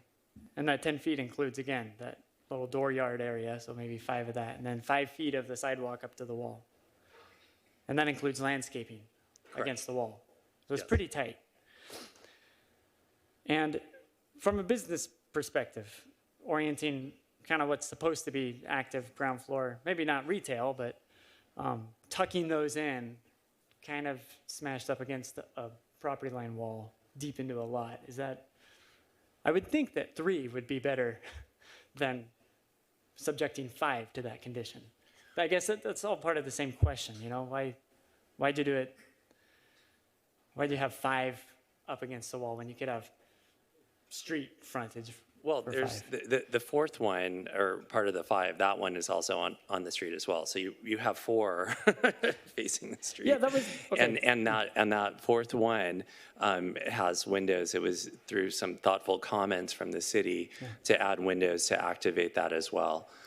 So, you know, we do have some geometry constraints over here, and the design intent was to put it toward the quieter side of the property, toward the public storage facility, as being a better fit with the neighbors. Okay. Those are all my questions for now. All right. Thanks, Vice Chair Toller. Anyone else? Quick. Yeah, sure. Commissioner Before. Yeah. Thank you for your answering your questions. I think your comments regarding the site constraints make sense.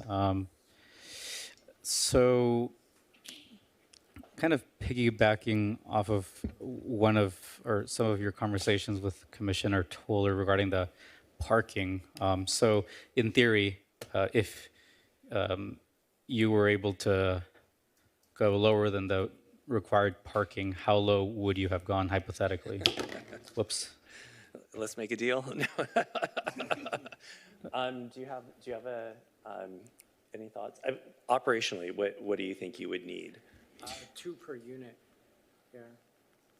Hypothetically, but we comply with the code with the 3. So, but if we were to be in fantasy land, I think 2 operationally would be what would be necessary to have a successful project. So 16 rather than 24. Correct. Right. Okay. All right. Yeah. That's it. Thank you. All right. Thank you, Commissioner Vivar. Let's see. Ryan, do you watch the show Suits at all? I know you're a lawyer. No, I just live it. Okay. I was going to say, welcome to Pearson Specter Lit. I just have a quick question for Mr. Davutoglu, please. I'll start off by saying it was a pleasure speaking to you before our meeting this evening. I know Mine as well. Yeah. And I know we chatted a little bit about some of the more environmental concepts that you were trying to incorporate into this project. Would you mind talking a little bit about that? Yeah, absolutely. I mean, it's just trying to add as much green space as possible. You know, we kind of went over and beyond what we were supposed to do in landscape. If we had less parking requirement, I would have loved to take 2 of those parking spaces and just actually even made it more green space. Probably not, you know, the profitable thing to do. The profitable thing would be to put another unit in, of course, but would love to get rid of more pavement. Okay. And I think part of the discussion we had earlier, and this included Jose as well, discussing the EV charging hookups. Can you discuss that just briefly? Yeah, so all the garages, we want to put EV hookups. You know, the future is going to be electric cars. We're also going to include electric bicycles or scooters to everyone that purchases these units as some maybe way to get at least 1 or 2 cars off the road, hopefully out of the 8. So that's a goal, and we'll see how that goes. We'll keep you up to date. Okay, appreciate that. And I think maybe one last question. This was something we didn't quite discuss, but there's a few members on this commission that are big fans of LEED design. Have you thought about incorporating LEED into anything that you're planning here? We do have projects that are LEED. This one, I'm not sure if it exactly complies, but right now, the requirements, a lot of the building requirements of California are pretty much at that level anyway. But LEED does have certain additional requirements, but I think we're pretty close to that. What would you say? Right, just to add to that, so yeah, based on the current building code, a lot of the LEED requirements already sort of incorporated into these buildings with Energy Star appliances or lighting, LED lighting, even in some cases motion sensors for lighting. To all of the insulation, they're like above, they're very substantial and all of that. So yeah, all of that would be, I think we're pretty close to not necessarily being LEED, but they are pretty up there with par. Okay. All right. Thank you very much. I think those are all of my questions. Does anyone else want a second bite at the apple? No? Okay. All right. Guys, thank you so much. I appreciate your time. We'll now open the meeting for public comments. If you'd like to speak to this item, you're welcome to come to either podium. You'll have 3 minutes to speak. At the 1 minute mark, you'll hear a little chime, and that'll be that. Does anyone in chambers wish to speak? Yes, sir. Come on up.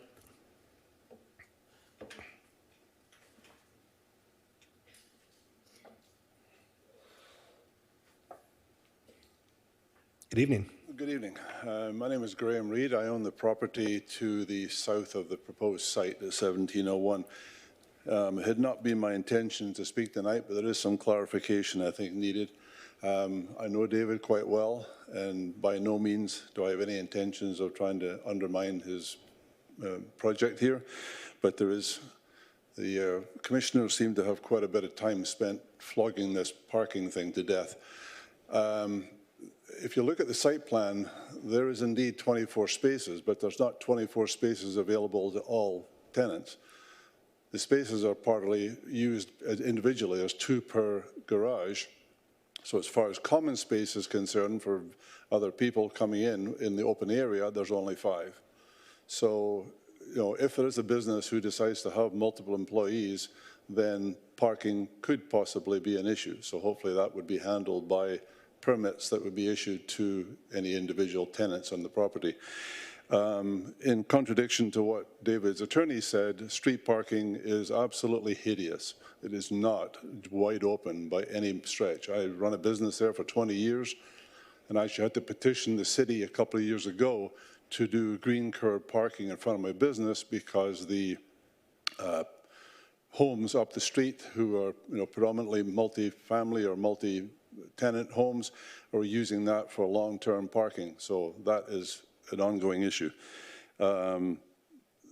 a little concerning too, maybe it's just me, but the renditions showing on the property, showing the ground level being at street level, that lot, unless there's some major redevelopment plan, is not at street level. My building has a steep driveway going into the ground level, and as does the properties further north of me, to the point where I don't know that street level is really what I would call that ground level facility. Interesting, I did ask Chris today what the difference was between residential and live work, and I was told it was minimal. I believe I understand the committee correctly, that it's really a way around of getting more units per square acre by calling them live work rather than residential. So correct me if I'm wrong. I think that's all I have. Thank you for your time. All right, thank you very much, sir. Does anyone else in chambers wish to speak to this item? Yes, sir.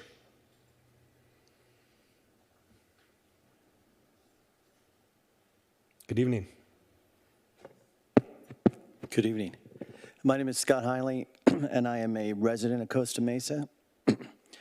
I also have a business which happens to be in the worst part of Los Angeles. This live-work program would be perfect for me. I would be the tenant buying the unit because it is a quick bike ride from my current home. It is a perfect place to have a showroom. I have a cosmetic company, and I manufacture specialty cosmetics for the film and movie industry. I get customers coming from all over the world. They land in LAX, and I don't know what's wrong with my voice, sorry. They land in LAX, and the last thing they want to do is drive up to the misery that's in the East Valley. They all want to come down to OC. They want to come down to Costa Mesa, Newport. I can have a showroom down there. I can show them my products.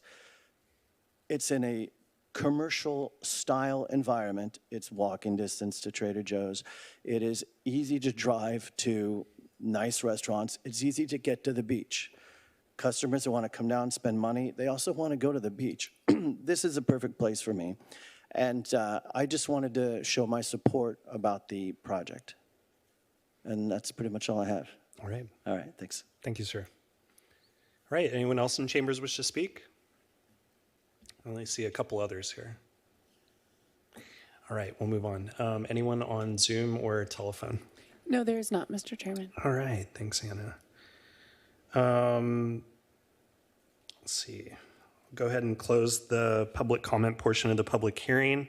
And commissioners, do you have any further questions for the applicant? Commissioner Toller. I'm sorry, I had two, but I can't remember one of them. So just, that did remind me, the commenters' thing about grading. It does seem to be, right now, finished grade is way above sidewalk level, but in the renderings it shows at grade. So is there gonna be a significant amount of grading, in which case the rear property lines are gonna have extra tall fences, or is there going to be a ramp or stairs? So there is a grade, but it's going to meet the engineering standards, and we're going to use that for the ADA ramp as well. So we don't see a significant issue with the grade, and there's not going to be a massive amount of grading or hauling of yardage of dirt. So it's not going to be a significant, I guess there is a little bit of a slope, but it's nothing out of the ordinary, and it's going to meet city standards. I believe right now the sills of the doors in those current buildings they're up a foot or two, I would think. Somebody wants to pull up Google Earth real quick, but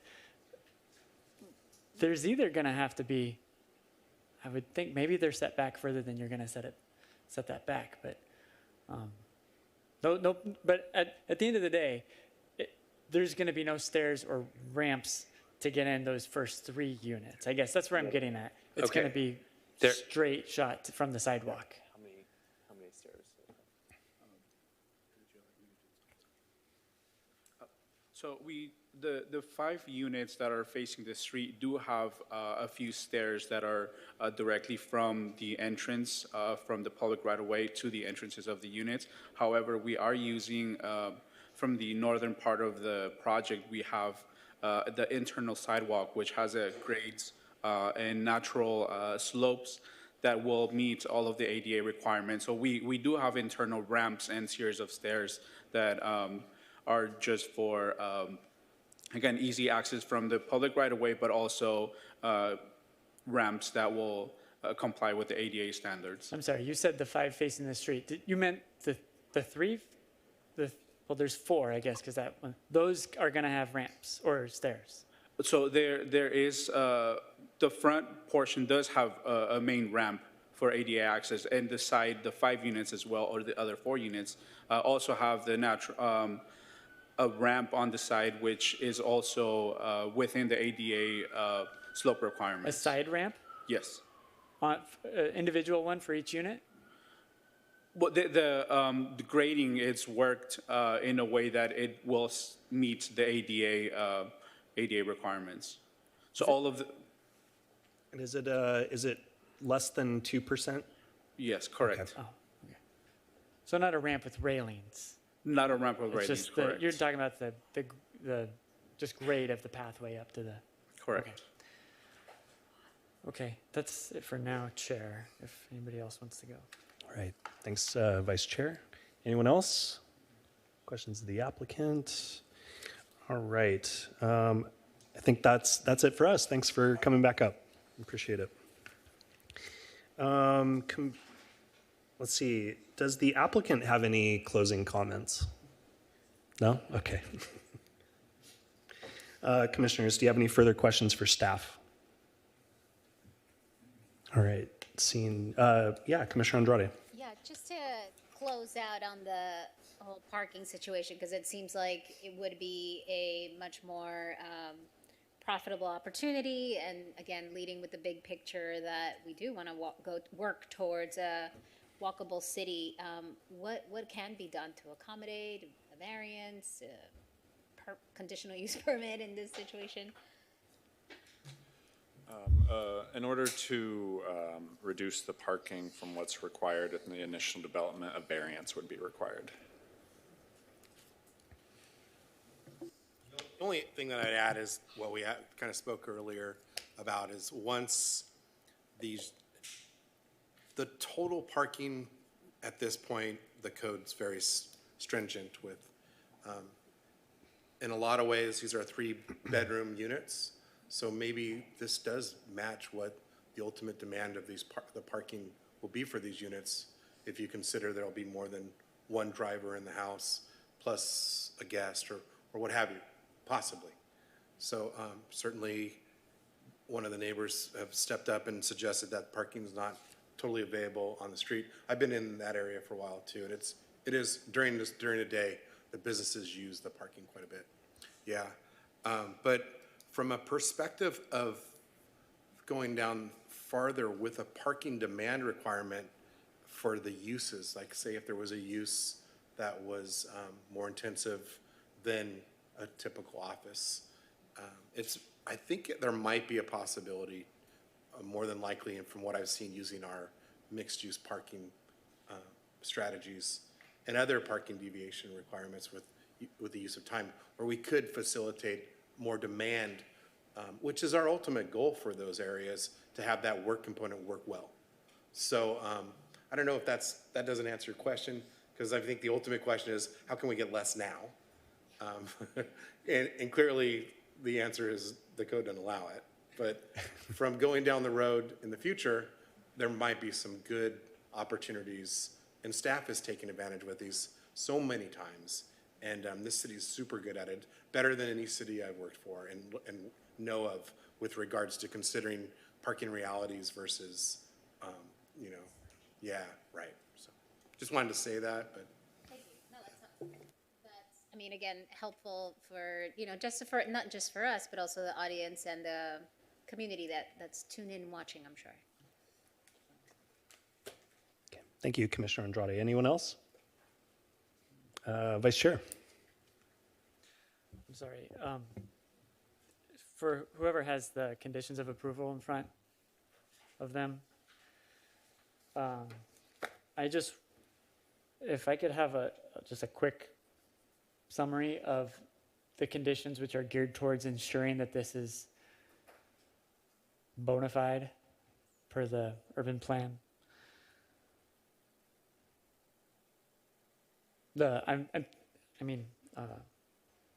Yeah, Are you referring to the workspace? the ground floor workspace, yes. Got it. So condition number 3 requires that the developer shall market and offer these units as live work. If there's any model home which is established, it needs to be shown as a workspace. And then all marketing material will need to show it as a workspace. Conditions number 6 and 7 talk about other industrial things in the area.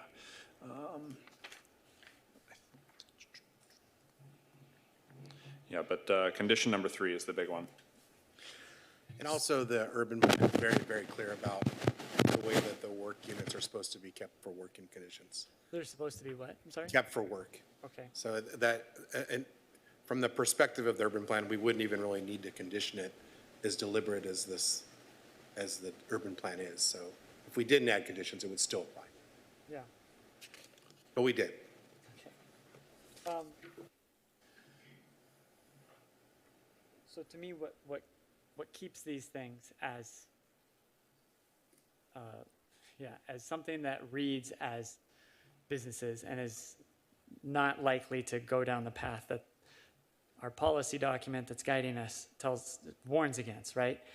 To me, it's some design consider. I know we're not going to make them put grease traps in or something, but something about the design of it, fixtures design, the signage is huge. The size of the windows is huge. The type of entrance I feel is big, because some of these we've seen in other parts of the city, not welcoming. Does not read, I should go walk up and knock on that door. I feel like I'm invading someone. So that's the sort of thing I'm looking for in the conditions, because, well, again, page 8 of the plan, live work units are typically designed for 1 or 2 adults, not for families. That's the bottom left sentence of the entire page. And we got 3 bedrooms here. Combine that with the fact that these are only 250 square feet on the ground floor. So that's why I'm looking for that sort of language. But so I guess 3 is the big, is what we're counting on. I guess in plan check, are there, maybe it's not conditions, but maybe it's in plan check and reviewing those standards in the urban plan. Are there any standards in there that can ensure that this is not going to slip into bedroom territory between now and approval of the permits? Yeah, Chris and I looked through the urban plan and trying to really focus on what we could do with regards to encouraging a work environment. Even a larger work environment is something that we thought about before screening. We spoke to the applicant. Different ideas came to head. The blade signage was one of them. It's a pedestrian scale signage. I think the applicant came up with the larger windows, which I think does facilitate that quite well. There are conditions that the Planning Commission can consider, like not having those windows be allowed to be screened, so they're always kept open. There's potential with, moving maybe staff could talk to Public Works about a revised landscaping palette area where it be located between the street and the sidewalk, so there would be more access to those. There'd still be some landscaping, but maybe less, so people would be more encouraged to go to the businesses. I don't know how that would work, but it might facilitate something like that. But other than that, it's a tough condition to kind of dream up. Without designing it for them. Yeah, there might be possibilities to keep pedestrian scale signage at the front of the sidewalk where they would come in to show that this is a business for this use. That might be something that we look at per the sign code to signal that, hey, come in here. And then buried down in condition number 27, it talks about the CCNRs. So 27F, CCNRs shall include a provision requiring that the ground floor workspace be maintained as a workspace and not converted to living bedroom or recreational space. All right. Thank you, John. All right, thank you, Vice Chair Toller. Anyone else? Commissioner Andrade. My question's actually just more for background and kind of, I would love to hear more from Mr. Burke, Custom Homes, just kind of learn from his past experience. Is that? Yeah, we can. Bring Let him me, back up? we can do that in a sec. Let me then ask a question just first with staff, if you don't mind. So per the CC and Rs, and this gets back to parking. So instead of it being focused just on the wide variety of businesses that may drive parking up or down in any, in any particular direction, is there, if you can jog my memory, Mr. Yeager, Mr. Dropkin, is there anything in the CCNRs to say that we're going to put a restriction on the living units in terms of some kind of rental clause to say you can or cannot rent out on site for people to live in the actual units?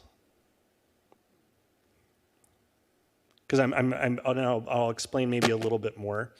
So we have a wide variety of potential businesses that could move into the first floor. It may drive parking demand up just for the work part, but per the live part, what happens if these just become separate contracts renting out to different people?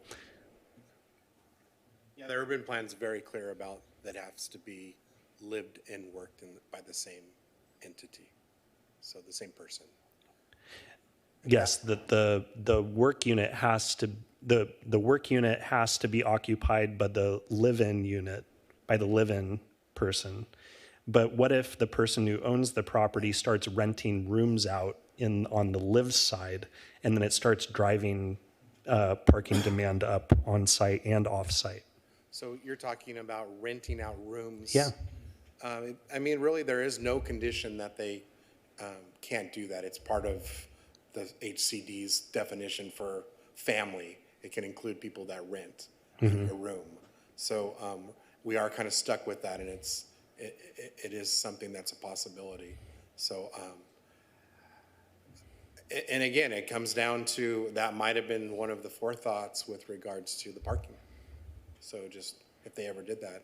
I don't know that it was, though. I mean, the reality of that is that I think the 3-bedroom units go a little bit beyond what the intent, what it was of this provision was. On the other hand, there might be a market, and there probably is, according to at least one guest, that there's a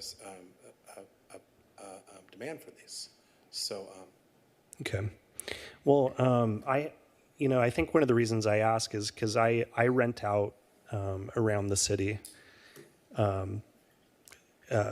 for some properties that I have, and at none of the properties do I have some kind of work component to it. So this is kind of new to me, and I think it's just worth asking the question more than anything, is to see, well, if we have a situation where, let's say a few of the units have been renting out to, say, 5 different adults, for example, who all have cars, then do we take that into consideration when we calculate parking for the businesses on the first floor as well? Or are those calculated separately? Our shared parking analysis is very detailed, and from a residential perspective, it's not automatically included in that table that we use to upgrade for, like we would say at the Harbor Center, where they've got multiple uses, restaurants, offices, and we've looked into, what we've done is we've dialed into these reviews known issues, and known issues can be an office that doesn't have any guests or customers. Like, for instance, they are website designers for overseas or something. That's just a bad example, but something like that, and they wouldn't have any customers. There's also, in a lot of situations, like in different centers, a lock or a requirement for this amount of classes or these times. So all of those things we do kind of get, not creative, but we do include in reality checks. Okay. So I think what you're suggesting is a reality check of what the housing might be, and that would be something we'd look into. Okay, I appreciate that. And yeah, I think there's, just because it's the first one that we've seen, that it's kind of like, well, how do you calculate it? Do you calculate, number of residents to parking demand for type of business? We just don't know. So I appreciate you explaining that a bit. Colleagues, do you have any further questions for staff? Commissioner Klepak. I have one. Your line of questioning prompted this. So I see a lot of times people use their garage for storage and end up parking on streets and things like that. Is there something in the CCNRs to prevent the business from using the parking as storage for the business inventory? Yes, there's a variety of provisions in the CCNR condition which require that it be used as parking. They are also required to present a signed affidavit to the city on an annual basis to certify that all of the garage spaces are used as parking. Okay, great, thank you. All right, thank you, Commissioner. Commissioner Andrade, did you want to follow up with the applicant? Yeah. Okay. Yeah. Would you guys mind coming back up again? Yeah. Or do you have someone specific? Something specific. Yeah, Okay. I guess maybe this question is more for Mr. Burke, right? So you showed us a great highlight of some amazing projects that you've done across Costa Mesa, Newport. So just for, for our education on these live-work units, what tends to be kind of the affordability level that you have seen, and depending on location, I guess? Like, what kind of income ranges are we looking at? What would be an ideal candidate for these units? Yeah, I mean, right now, with the way that interest rates are, yeah, it's going to be tough. But with the rise of interest rates, most likely some of these properties will be selling for lesser and lesser amounts. Yeah, we don't know that yet, so Right, we will depending see. by the time they're See. built. Yeah. Yeah. And so from the past projects, what has been, from your previous experience, what has been the affordability level? When it comes to work-live, there are some financial benefits.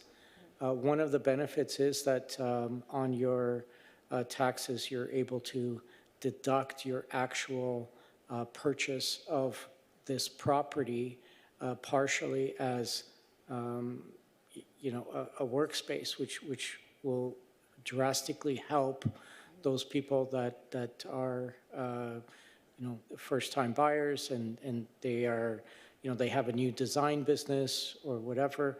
Being able to deduct that will be absolutely huge, especially in California. Great.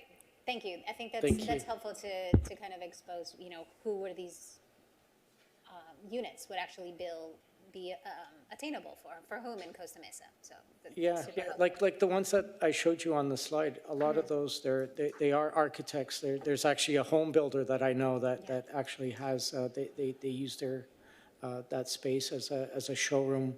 They have tiles there, they put, countertop, they're able to show customers and bring customers there and go through their designs and the plans and so forth.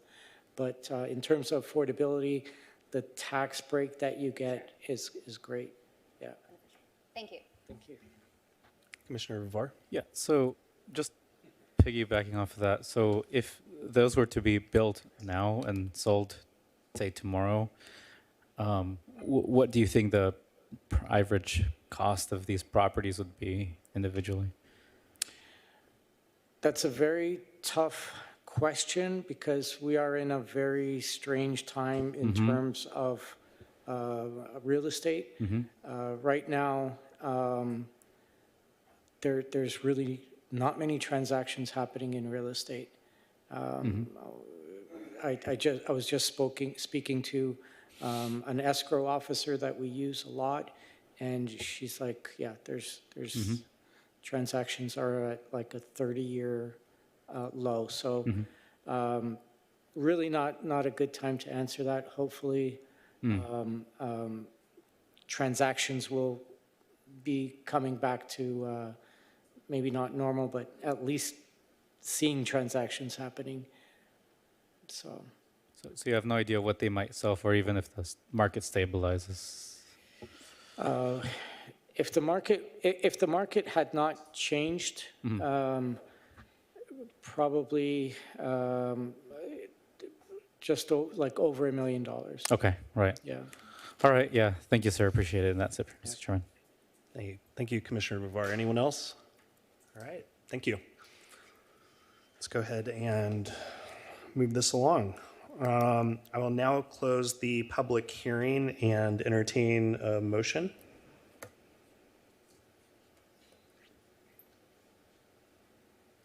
Do we need? Yeah. Before we get to a motion, or am I? And you know what? Yeah, let's go ahead and hold off on it. Yes, Vice Chair. Yeah, I just wanted to, I don't know, now that the hearing is closed, speak freely before we get there. I'll start with where I'm at. So the council meeting a year and a half ago, that was the general plan screening that's required for these sorts of developments. And based on that, and based on what I've been hearing from the majority of the council for several years now, is parking requirements are too high. I've been hearing that from people in charge of our city. Urban plans need to be amended. These things are not producing what we want to see. Whether the intent is the original intent was wrong or it's changed, there's a mismatch between what we want now in 2023 and what we continue to get through these urban plans. I keep hearing that from council. Housing affordability is hugely important in the city. I keep hearing that from the city council and from the public. The amount of people that come out in support of talking about that sort of thing is impressive. And from the majority of city council, I hear that we want to be a walkable, bikeable city with active, pleasant public realm environments, spaces, neighborhoods, neighborhood centers. It's the wrong word choice at the city council, but a couple of people kept saying bodegas. We want to see bodegas around, like not just these kind of dead office spaces on the ground floor. So, so there's a big mismatch here. We're not getting what we're hearing. We're not getting the sort of development that we're hearing from our leadership that we want to see. And I would say, I mean, they're representing their constituents. I'm hearing this from the public too. But they were generally supportive of this project a year and a half ago, and very little has changed. The noticeable thing I changed is, I think, a good thing. They wrapped the entrance around the corner of that side unit. That's a plus. The one thing they were hesitant about was whether these are going to be real workspaces or another person is kind of getting a project in where it's not, right? It's an extra bedroom. And initially I was thinking, yeah, they're doing it again. But the signage, the big windows are making me feel a little more comfortable that these are going to be actual live workspaces. I'm a little nervous about the fact that we don't really have control between now and when the permits are reviewed, or the plans are reviewed and the permits are issued. The windows could shrink, the walls could go up, everything could derail, and we don't really have control over that. And there's not really a good set of hard conditions that we could get in there to feel comfortable and be certain, right? We don't have a lot of certainty. Last thing. So my feeling is that there's a mismatch, but council was supportive of this. They're following the rules. They are doing exactly what they're supposed to be doing. But to back up a little bit, and I'll be done. let someone else go. The density is too low. This is a prime spot. Our standards cap it at 20 dwelling units per acre. This is a half-acre site. This is you could do cool big projects in this area. And if this isn't a Costa Mesa is blessed in that we don't have one downtown and the rest is just vanilla suburbs. We have a lot of cool little neighborhood centers, like walkable neighborhoods, like discrete from each other, right? This West 17th area is its own thing. And if we're not gonna allow significant development here, where is it? Is everybody gonna live north of the 405 and down here, we're just gonna keep getting these townhomes because 20 units of the acre, 3 spots a unit. What else do we expect? This is what we're going to continue. And we've got acres and acres and acres, sometimes in the same site of the same stuff oriented around these little driveways. They're just oriented around these bleak car spaces. And we're going to continue to get that all over the city. So there's a lot of reasons that developers keep proposing these sorts of projects. I don't think they're in line with what we really want to see the city to evolve in the way that we want to evolve. But a lot of that's on us. It's our parking requirements, it's our density caps, and we're just gonna keep getting these. I played around with the design. You could, what's wrong with flats, you know? 3, 4, 6-story flats and something flexible on the ground floor, you know? One space would be great. One like real retail or service space on the ground floor. The two-car garages, I think, is you know, if the whole idea of live work is the person that works downstairs lives upstairs, meaning they don't need a car to commute to work every day. So requiring 3 spots per unit in a live work is contradictory anyway. Why not blow that whole ground floor out and let them park there if they want, but let them use it for a real workspace, a real creative, interesting, active workspace. But our standards require our compelling car storage. I don't believe it's the government's job to force landowners and property developers to design their site, design their pro forma in a certain way to just accommodate a ton of cars. Yes, it's the government's job to manage public space, the curb, right? Curbside parking, we talked about that, but yeah, so sorry, that's, how long did I go? Those are my 3 cents. I'm done for now. All right, thank you, Vice Chair. Anyone else wish to speak? Commissioner Sure, I'll Booker. speak to that. I actually do feel very comfortable with conditions of approval. I don't think there's uncertainty. I think the CC&Rs are strong, and the fact that the city has already looked at this several times in city council and the applicant having discussions with our city staff before coming to the CUP hearing. Buyers will know what they're getting into. They know what the rules are. And I am confident that when they see this on Zillow or Redfin, they're going to know that you have to use the downstairs for a business. And I don't think anyone would try to risk using it as a bedroom and have code enforcement drive by and say, "Ooh, what do I see down there?" That's not a business. I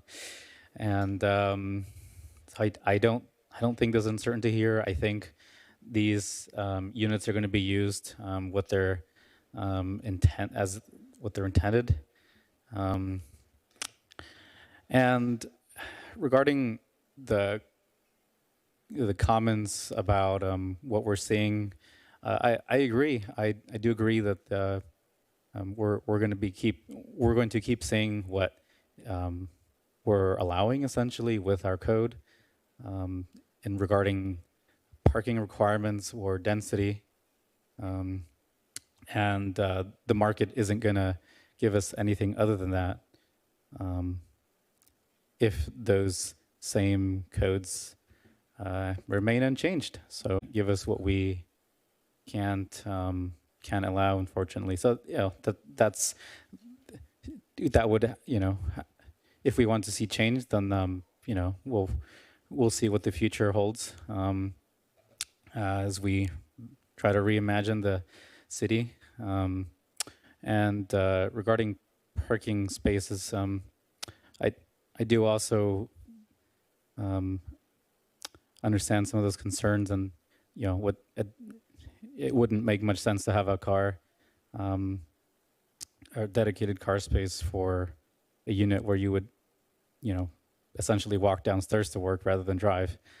However, we also did hear from the applicant that even if they did live in the ideal world, there would still be 16 car spaces, which, if you did the math, would still amount to a significant amount of space, and you would still need the driveway for fire access and garbage trucks.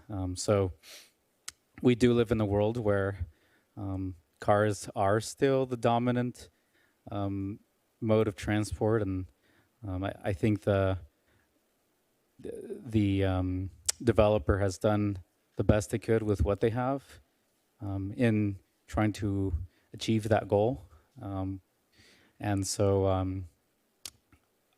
yeah, I think this is a good project, and I think if we want to see more housing in the city, then projects like this, I think, are at least in this point in time a good sort of transition type of project.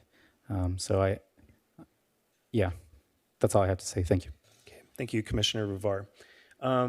Unless anyone else has something to say before we come to a motion, I want to take a quick temperature check on anyone's thoughts about additional conditions or modifications to the conditions of approval. Does anyone have any thoughts, Vice Chair? I know you mentioned it earlier. Yeah, I had two in mind. One was the wall in front. I would like that to, since that's the plan anyway, limited to 42 inches above sidewalk, something like that. If the applicant has any comments, please. Yeah, let's have the applicant come up so we can have a little Sure. discussion about this.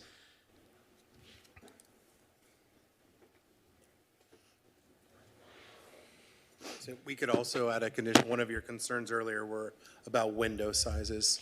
That's certainly a condition we could add in there to stay that, at least that size. Okay. That's being proposed. We're fine with the wall no more than 42 inches. The plan doesn't have anything significant Okay. of height. I don't want you to entitle it and sell it to some bozo that's going to put a big fortress thing. Okay. No fortress. The other thing, the other kind of big one was those trees. You're paying for those trees. It's my opinion that a lot of times you see new developments alongside of a road and the road remains bleak and sunblasted. And it's because the street trees, rather than being in what I would consider the proper place in the parkway of the sidewalk that frames that pedestrian space, the person's walking alongside a nice facade with windows and doors where there's people, and a row of trees that buffers them from the noise and the threat of cars on the other side. It narrows visually that street space, helping slow down traffic and just giving a better feel. If you're already, planning on putting trees in, could they be put in the parkway? This might be a joint question for staff. Yeah, let me jump in real quick. This might be a public works question due to right-of-way. What's the thought there from staff first? Yeah, I certainly would like to check with Public Works on the fact of putting trees adjacent to a right-of-way sometimes becomes a liability. Also, if the space is consistent enough to where you could still provide adequate sidewalk space. And that certainly could be a condition that moves forward with something like staff will look into, and if possible, require these type of things per your request. Okay. So if that was some, but, Yeah, so Vice Chair Toller, so those are the things and conditions that we have to look at, especially if there are some space considerations and restrictions in which we might have to require a sidewalk easement, for example. That might be a possibility. But we can't make that determination until we look at all the facts and actually determine what type of trees that will be planted and what space restrictions are. Because we have to be mindful of ADA access as well. So those are the controlling factors that we have to look and consider as well. Okay. Those are my big two conditions. I don't know if I'll let somebody else take that. If you guys have any comments, thoughts on the window thing, I don't have anything in mind. I don't know if. We're amenable to what staff, I think, just proposed, that willingness to work with the city with regard to the design of the sidewalk. There's flexibility, but we know that there are constraints with public works and EDA access. So to the extent it could be possible to modify, I think there's a willingness. But if it can't be worked out, then it defaults back to what was proposed. Yeah, I think that'd be nice, and the roots wouldn't be growing underneath the new homes because they're only 8 feet away. Okay, those are my two conditions I'd like to see, and yeah, if it could be in the form of staff will look into, then that's fine. So do you want to potentially just have it be on the record, or do you want it as a condition, Vice Chair? Because I'm trying to think of how to formulate it if it was a condition. If it could be in the record, and yeah, that's fine. That's too weird. Intention being to work with Public Works to see if those trees can be moved to the sidewalk, to work with the applicant to do any kind of potential easements or relocation of the trees. Is that something that you guys would be? Yes, absolutely. Okay. Yeah, generally the idea is, I know there's 3 palm trees in front of the one on the northern parcel right now. So that makes me think, oh, there is room. And I wouldn't propose that those be removed or anything, but the new trees out away from the facade, not smashed up, hiding the new homes, but framing the sidewalk. That's the idea. So, for the record. Okay. All right. Anyone else thinking conditions or yes, sir. A couple things I'd like to run by staff. So, Mr. Drapkin, so that I understand this correctly, we would not be able to restrict rentals of the owner renting out spare rooms because of HCD's standards, right? Correct. Their definition of family would I see. mostly disallow for us to try to get into that role. Right. In order to ensure that any code enforcement or city personnel could at any point go by the site and confirm whether or not the units are in fact being used for retail, would we, or commercial uses, would we be able to condition, say, for the windows to remain open during, say, 8 a.m. to 8 p.m. or something of that sort? Yeah, just real quick, by open, do you mean clear? Clear, yes, as in no shutters or blinds or curtains or any other form of obstruction of, yeah. I think you could. I thought about that, and the only constraint that I thought about adding that condition would be with any type of direct sunlight that would be imposed on the unit could be sort of problematic from a tenant perspective. However, we could get super creative and add a condition that says, at all times, there'll be at least 50% of the windows open and transparent, so you could look in. I think it works for a code enforcement perspective and also from a perspective of keeping those units live work from a perspective of pedestrians and the people that travel by. They also see those units as such. So I think there's some common benefit for that. Yeah, I did think about that as a condition, and we could add it very, very easily. So the 50% would that also be during nighttime hours? And the reason I ask this is, let's say there is an artist that has their work down there. Sometimes you do want to pull down the shutters at night so that you don't have people peeking around and, wanting to smash in your window and grab your things. Yeah, that would be fine. We could limit it to the daytime hours. Okay. So, If I may chime in. Vice Chair. Yeah, I know what you're trying to do, Commissioner Vivar. I'm also trying to think of how to make, get us towards the same end. But that conditions makes me a little uncomfortable. I mean, because what if this is a psychiatry, a psychologist or a therapist's office or something, or there's a handful of uses in there that could require privacy and little micromanaging of the government. I feel like requiring you to pull your blinds up. Code enforcement knocking on your door. I mean, I know you've shared concerns about how to ensure that those the spaces are in fact being used for commercial. So who's to say that somebody wouldn't just put a sign outside their door saying that they're a psychologist and then just always have their windows closed? Sure. Yeah. And sound. Yeah. We're just trying to find the reasonable balance. I understand. Right. I mean, Mr. Drapkin, I mean, to address his concerns, I don't know if we'd say be able to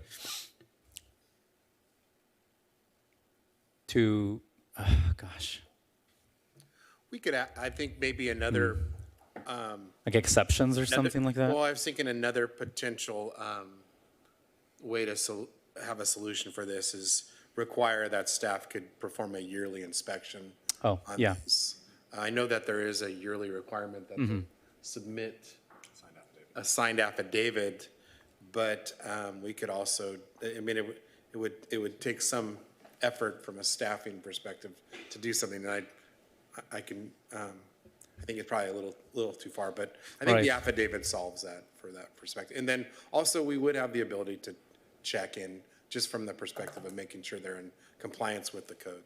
So, and code enforcement isn't a problem necessarily. We can check in and see what they're doing, similar to any kind of business or. So, I mean, with the with ensuring that they remain businesses, I mean, would there be any way to say cross-check if there are existing business permits for those units? Because I am guessing that each of those units, well, unless you work from home, but other than that, I guess you would need some kind of a business permit with the city to operate a business. Right, Chris and I mind twisted that a little around to see if there was any regulation or requirement that says they'd have a business license. And there are a few situations where they could work in that downstairs area and not have a business license. So that, I think, complicated our idea of just making sure everybody had a business license. If I could make a suggestion, Commissioner Vivar, there have been a few live work developments which were have frosted glass installed in their storefronts in the city. It may behoove you to prohibit frosting the glass, at least that's permanent on the structure, as opposed to just requiring blinds be opened. Right, frosting or tint maybe? Yeah, just prohibiting that would make it so that the windows can be open still. Because in theory, yeah, frost or tint, you know, you wouldn't be able to see what's going on inside. Okay, yeah, I might float that as a condition. Yeah. Can you repeat that, Commissioner Vivar? I'm sorry. The prohibition of tint or frost on the first floor commercial unit windows. If I may, Commissioner Vivar, I want to chime in on this topic. Sure. To be totally honest, it feels a little bit like government overreach to frost glass like that for businesses that are not already under some special measure. I know that we have certain requirements to frost out or to obscure the viewing of certain retail businesses within the city, and I'm not sure it's something I would want to chase after, whether it's to close blinds or to frost. It would seem to me like whatever the business wants to do that they think is best would be the thing that we would want to do. If it's, say, a psychiatry service and they want to close the blinds for privacy, that seems great. If it's some kind of retail use and they want windows to be open all the time so that passerbys can see it, then that seems like a reasonable thing too. So to kind of leave it to the property owner to decide. And I'm happy to hear your thoughts, though. No, I agree. I'm just trying to help Commissioner Toller brainstorm a bit, since he did float the idea earlier. about being concerned about the first floor turning into a bedroom. Okay. Vice Chair, if you want to chime in. No, I agree with you. I'm trying to figure that out too. I think those are decent ideas. But I agree with the chair about, the concern for government overreach. I don't want to be micromanaging. Yeah. Yeah, the CCNRs might be enough for this. I mean, Yes, Ryan. Yeah, if I may add, Ryan Lederman, for the record, the bathroom on the ground floor does not have a shower or a bathroom. It's a half bath. It's a toilet and a sink. So it really inhibits the use of that ground floor as a bedroom. And given that there are 3 bedrooms on the upper floors, it just, right. And it doesn't meet the minimum requirements for a rental anyways, so it would be Right. it would be illegal even if someone did decide to do that. And we have all these conditions of approval, or proposed conditions of approval, Yeah. regulating this. Could that garage ever be turned into an ADU? Not under our current rules, I don't I think. see. In Los Angeles. Yeah, and I review this kind of thing in LA all the time. So But staff, Chris happens to be our ADU, so I'm going to defer that to him, but he's our subject matter expert when it comes to ADU. I prefer that answer to be, there's absolutely no way that it could be converted to an ADU, but it worries me to open it up to him. Theoretically, yes. okay. However, there's a lot of factors, including the fact that they're all ownership, they're all attached, so we'd have to get some input from HCD before I see. All right. Okay. provide a direct answer. That's interesting. All right. Yeah. Thanks. Yeah, the fact that there's commercial there, potential commercial, that could be the gray area that the city could lock into with regards to restricting the conversion of that parking area. Right. And maybe some other parameters of what the requirements are for Right. living space. I'd have to really deep dive, but it's a great question. Yeah. It's a great question. so if I can just kind of clarify it, the worst case scenario is that we lose parking spots to get more housing. That would be what would happen. That would be the Okay. result. So that's the worst. So yeah, that might Okay. be that might be what gets us over the finish line at this point. Okay. All right. Commissioner Rivar. No, nothing else. Okay, thank you. Vice Chair, Commissioner Andrade, Commissioner Rojas. Nope. Are we still talking about conditions? Yeah. Okay. So what I have right now as far as an additional condition is the 42-inch wall. Is that it formally? And then we're going to just have everything else stay in the record? Is that kind of the idea at this point? Yep. All right. Commissioner Klepak, do you have any thoughts?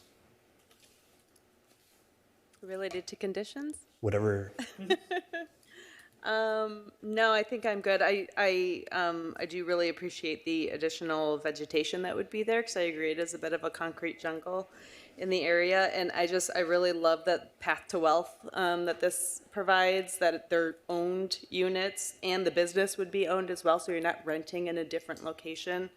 There's a path to ownership for both the living and the work. So no, nothing else for me. Okay. All right. Thank you very much. If no one else has anything to say at this point, let's go ahead and move it on to a motion. I'll entertain a motion at this point. Motion made by Vice Chair Toller. What's your motion, Vice Chair? I recommend that the Planning Commission adopt a resolution to find that the project is categorically exempt from the provisions of CEQA for guidelines section 15332, and approve planning application 2230 and tentative track map 19244, subject to the conditions of approval, with the additional condition that no fence or wall may be permitted above 42 inches between the facade and the front property line. I'll second that. Would you like to speak to your motion? Yeah, just a couple final comments. So yeah, I was a little harsh saying this is not what we want as a city and everything, but really this isn't directed towards you guys. You guys did a great job. You're playing by the rules. This is an internal family fight. Our rules need changing. The thing is, at the end of the day, we have a half-acre site and a prime location. Right there is a cool part of town, right? You're close to everything. The walk score is 79. Very walkable, right? Transit, bike, it's a good spot. And I think a lot of us are wanting these centers of Costa Mesa to evolve in a cool way and be affordable and walkable. And we continue just the tradition of Costa Mesa having a cool environment with interesting businesses and restaurants and things like that. But we're gonna have 8 millionaire families moving in. 8, that's it. And what if we had 18 or 20 or something, and they were at 6, 7, 800,000? Then now we're talking maybe first-time homebuyer territory. At 20 dwelling units per the acre and 3 parking spots per unit, we're getting what we asked for. So there's a misalignment there. That's my concern. We're getting 8 people. This is a big missed opportunity for this site. Again, that's harsh. I'm sorry. The design. I am. Having said that, it is cool that we are having ground floor units. I do feel somewhat comfortable that they're going to be interesting, contribute to the environment. Those trees are going to help a ton. I gave my condition in the motion. If else, it can be in the record. Just, I know things shift around as the construction drawings are made. If the facade design, I know that our design guidelines really push for variety and ups and downs and ins and outs and different colors and materials and everything. And my preference, and I think it would be it could be an improved design if it were just less busy, if it were a little more clean, if there was if each unit was internally coherent and discrete from the next, and doesn't blur, there's not a blurred line between units, better materials over a variety of materials. I do want to reemphasize, in case people are scouring this video or the minutes for our final input, trees in the parkway. If we could get trees in the parkway and away from the facade, I think that as much as we could do, that would be great. But anyway, good job, guys, and I'm obviously in support of this project, and I think it's going to be good. Right. Thank you, Vice Chair. I seconded the motion, and I'm extremely supportive of the project. It's a beautiful design. I appreciate you working with our staff to accommodate some of the asks that they had along the way, and also some of the on-the-fly asks that we had on the dais this evening. So I appreciate that. The way I see it, this creates more housing in Costa Mesa, and it creates additional businesses in Costa Mesa. No matter what way you cut this, this is a positive thing for our community. I will echo Vice Chair Toller in saying that, and I've never made any mistake about how I feel about home ownership opportunities, because I do very strongly believe in that for this community. And certainly at a price point that people can start creating that generational wealth, that traditional wealth accumulation that can get passed down from one generation to the next. I see very much that Costa Mesa is lopsided towards rentership opportunities, and it has nothing to do with anyone renting. I've rented for a long time throughout my life.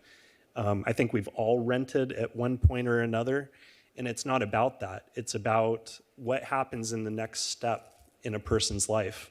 And oftentimes it's buying that starter home and then starting to create that wealth that allows you to move up through the economic ladder, at least traditionally speaking. We don't know what the price point of these units are, but let's assume that it's around $1 million. That's not quite the affordable that we've been talking about for the last several months, and that the work that we continue to do in other areas for Planning Commission. but it is more housing. And it is additional businesses. It's more of an economy here. So I am very supportive on both ends there and happy to support this project. And I appreciate you answering, again, all of our questions this evening from the law offices of Spectre and Lit. So thank you. All right, I'll move it along. Commissioner Vivar? Yeah, I also support the motion. I think it's a great project. Yeah, as I said earlier, we're getting the best that we can for the site with the current zoning restrictions and requirements that we have. And I really appreciate the applicants' desire to want to contribute to a more walkable and bikeable city. A lot of us up here talk about that. I think a lot of us up here might also have varying ideas about what that means or how to get that done. But it's good to have variety of opinion and to hash things out. So I also do. I do think that these are not. The price point may not be affordable, unfortunately, for first-time homebuyers, but I don't think this is the applicant's fault at all. I frankly don't even think it's the city's fault. Costa Mesa is an expensive place to live, and I don't think there's anything we can do as a city necessarily to bring down our prices of homes because property values rise, and if we were to have cheaper properties, that could mean that a lot of people would have lost money because lots of properties here would have lost value. I think that's the only way that we would be able to get down into something more affordable. But I think even if a developer were to come up here and say, I'm building 8 single-family homes that are 800 square feet, I think those would still be above any first-time homebuyer's price point. So, and to try to force that number down might be government overreach, I think, in my opinion. So it is a difficult one, but Costa Mesa, I think, is just, it's a nice place to live, which is why it's so expensive to live here. And it's by the beach, it's, of course, coastal city. So yeah, so great project, very supportive of it, and good luck. Thank you, Commissioner Vivar. Commissioner Klepak, do you have any comments? Nothing else for me. Okay. Commissioner Rojas, any thoughts? Commissioner Andrade? All right. Seeing no one else, let's go ahead and call the question.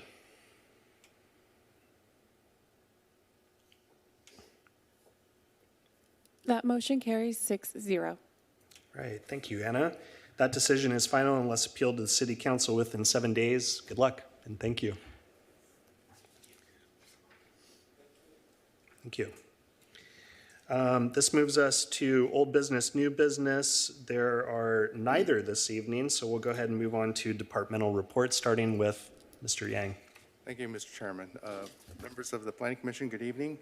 The only report that I'd like to give for the Public Works Department is that for this Thursday during the Parks and Community Services, or PACS Commission, there'll be a presentation regarding the Tewinkle Park Lakes upgrades.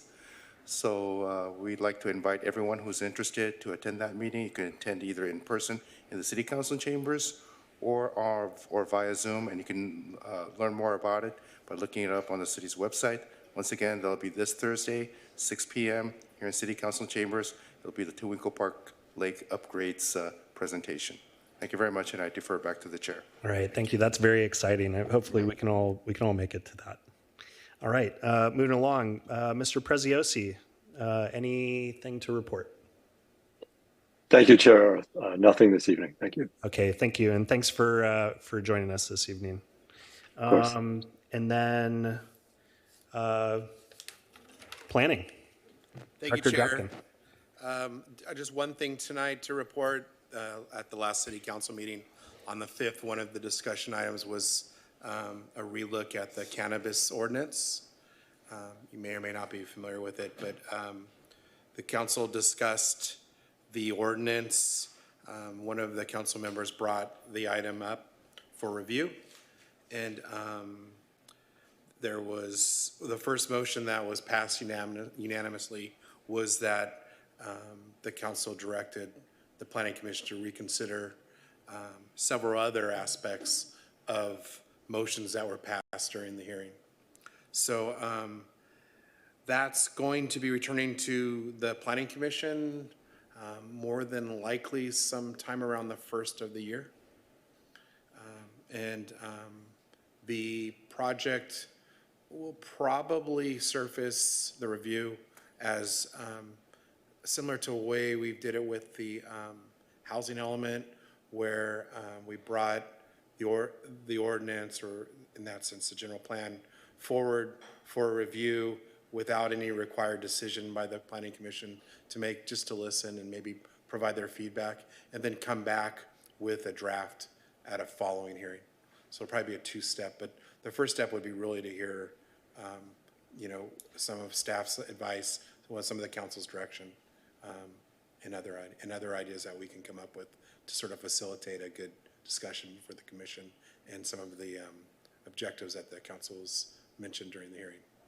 So that's all I have for the commission. If the commission has any questions, I'm glad to answer. I do. I have just one quick question. Where are we on rescheduling our PC meetings? I think Thursday has been tossed around. Right. We are looking into that. I've been trying to get it to a hearing. There's some other things that I need to do with the Planning Commission bylaws. So one of the other things I was trying to figure out what the council was going to do with some of the committee and the commissions. I wasn't sure if they were going to make any changes, but that should be in the next at least 2 meetings. Okay. You'll see that as a hearing item. All right, that would be great. Colleagues, if you have any questions for Director Drapkin regarding City Council's most recent vote, I welcome you to ask a question just briefly, if you would. Yeah. Commissioner Andrade. Yeah, I think something that it would be helpful to have us better inform what the code could look like in the new year would be, I know we have that great map that shows what has been approved thus far. I don't know if there's a differentiator in that map. I'm trying to recall it in my memory right now, but of what's actually open for the public, what's been approved, and I don't know. And again, I joined the commission in January, so I don't know if there's as I understand it, there's already a line of businesses that have been approved, right? They're just not online just yet. So like, is that all captured in that map? Because I think that would help us address some of those concerns that the council provided us. Yeah, thank you, Commissioner Andrade. For certain, there'll be a map provided with different statuses of the applications, including all the ones that you mentioned, and actually a couple more. So we'll be getting that to you guys for sure. And how does that work?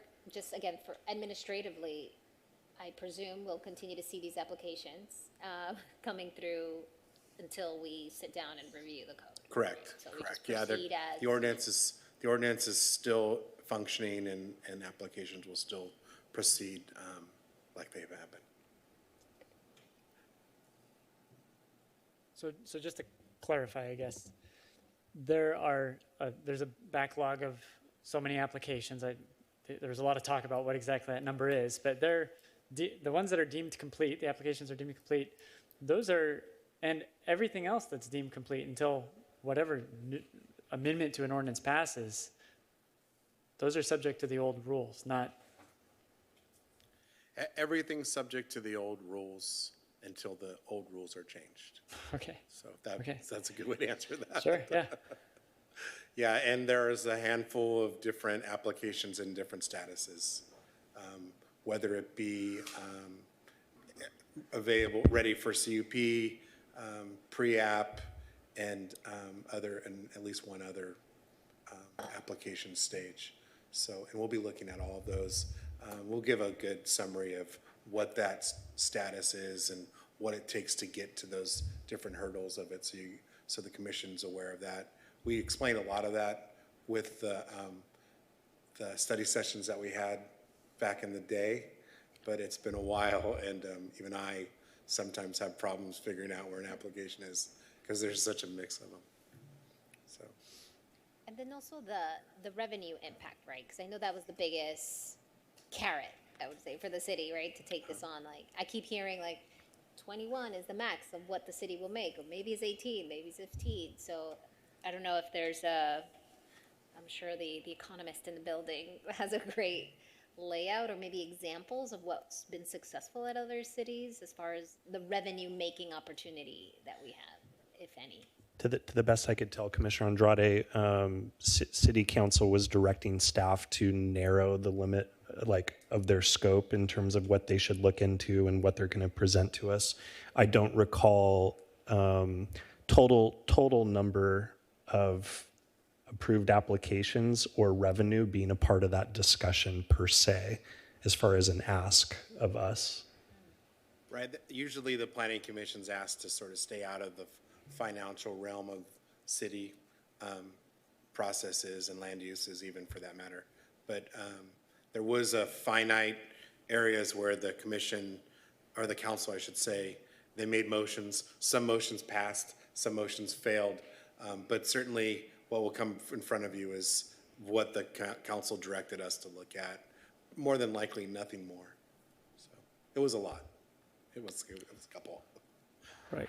And I was listening to that meeting live, which was very late. And I think something that might be helpful for us as well as we review this whenever it comes to us is to possibly have a comparison of what other cities in Orange County or California have done. We had something similar, you might remember, for the study session related to inclusionary housing, where we were able to see what other cities around Orange County have done regarding that. So I think that might be helpful.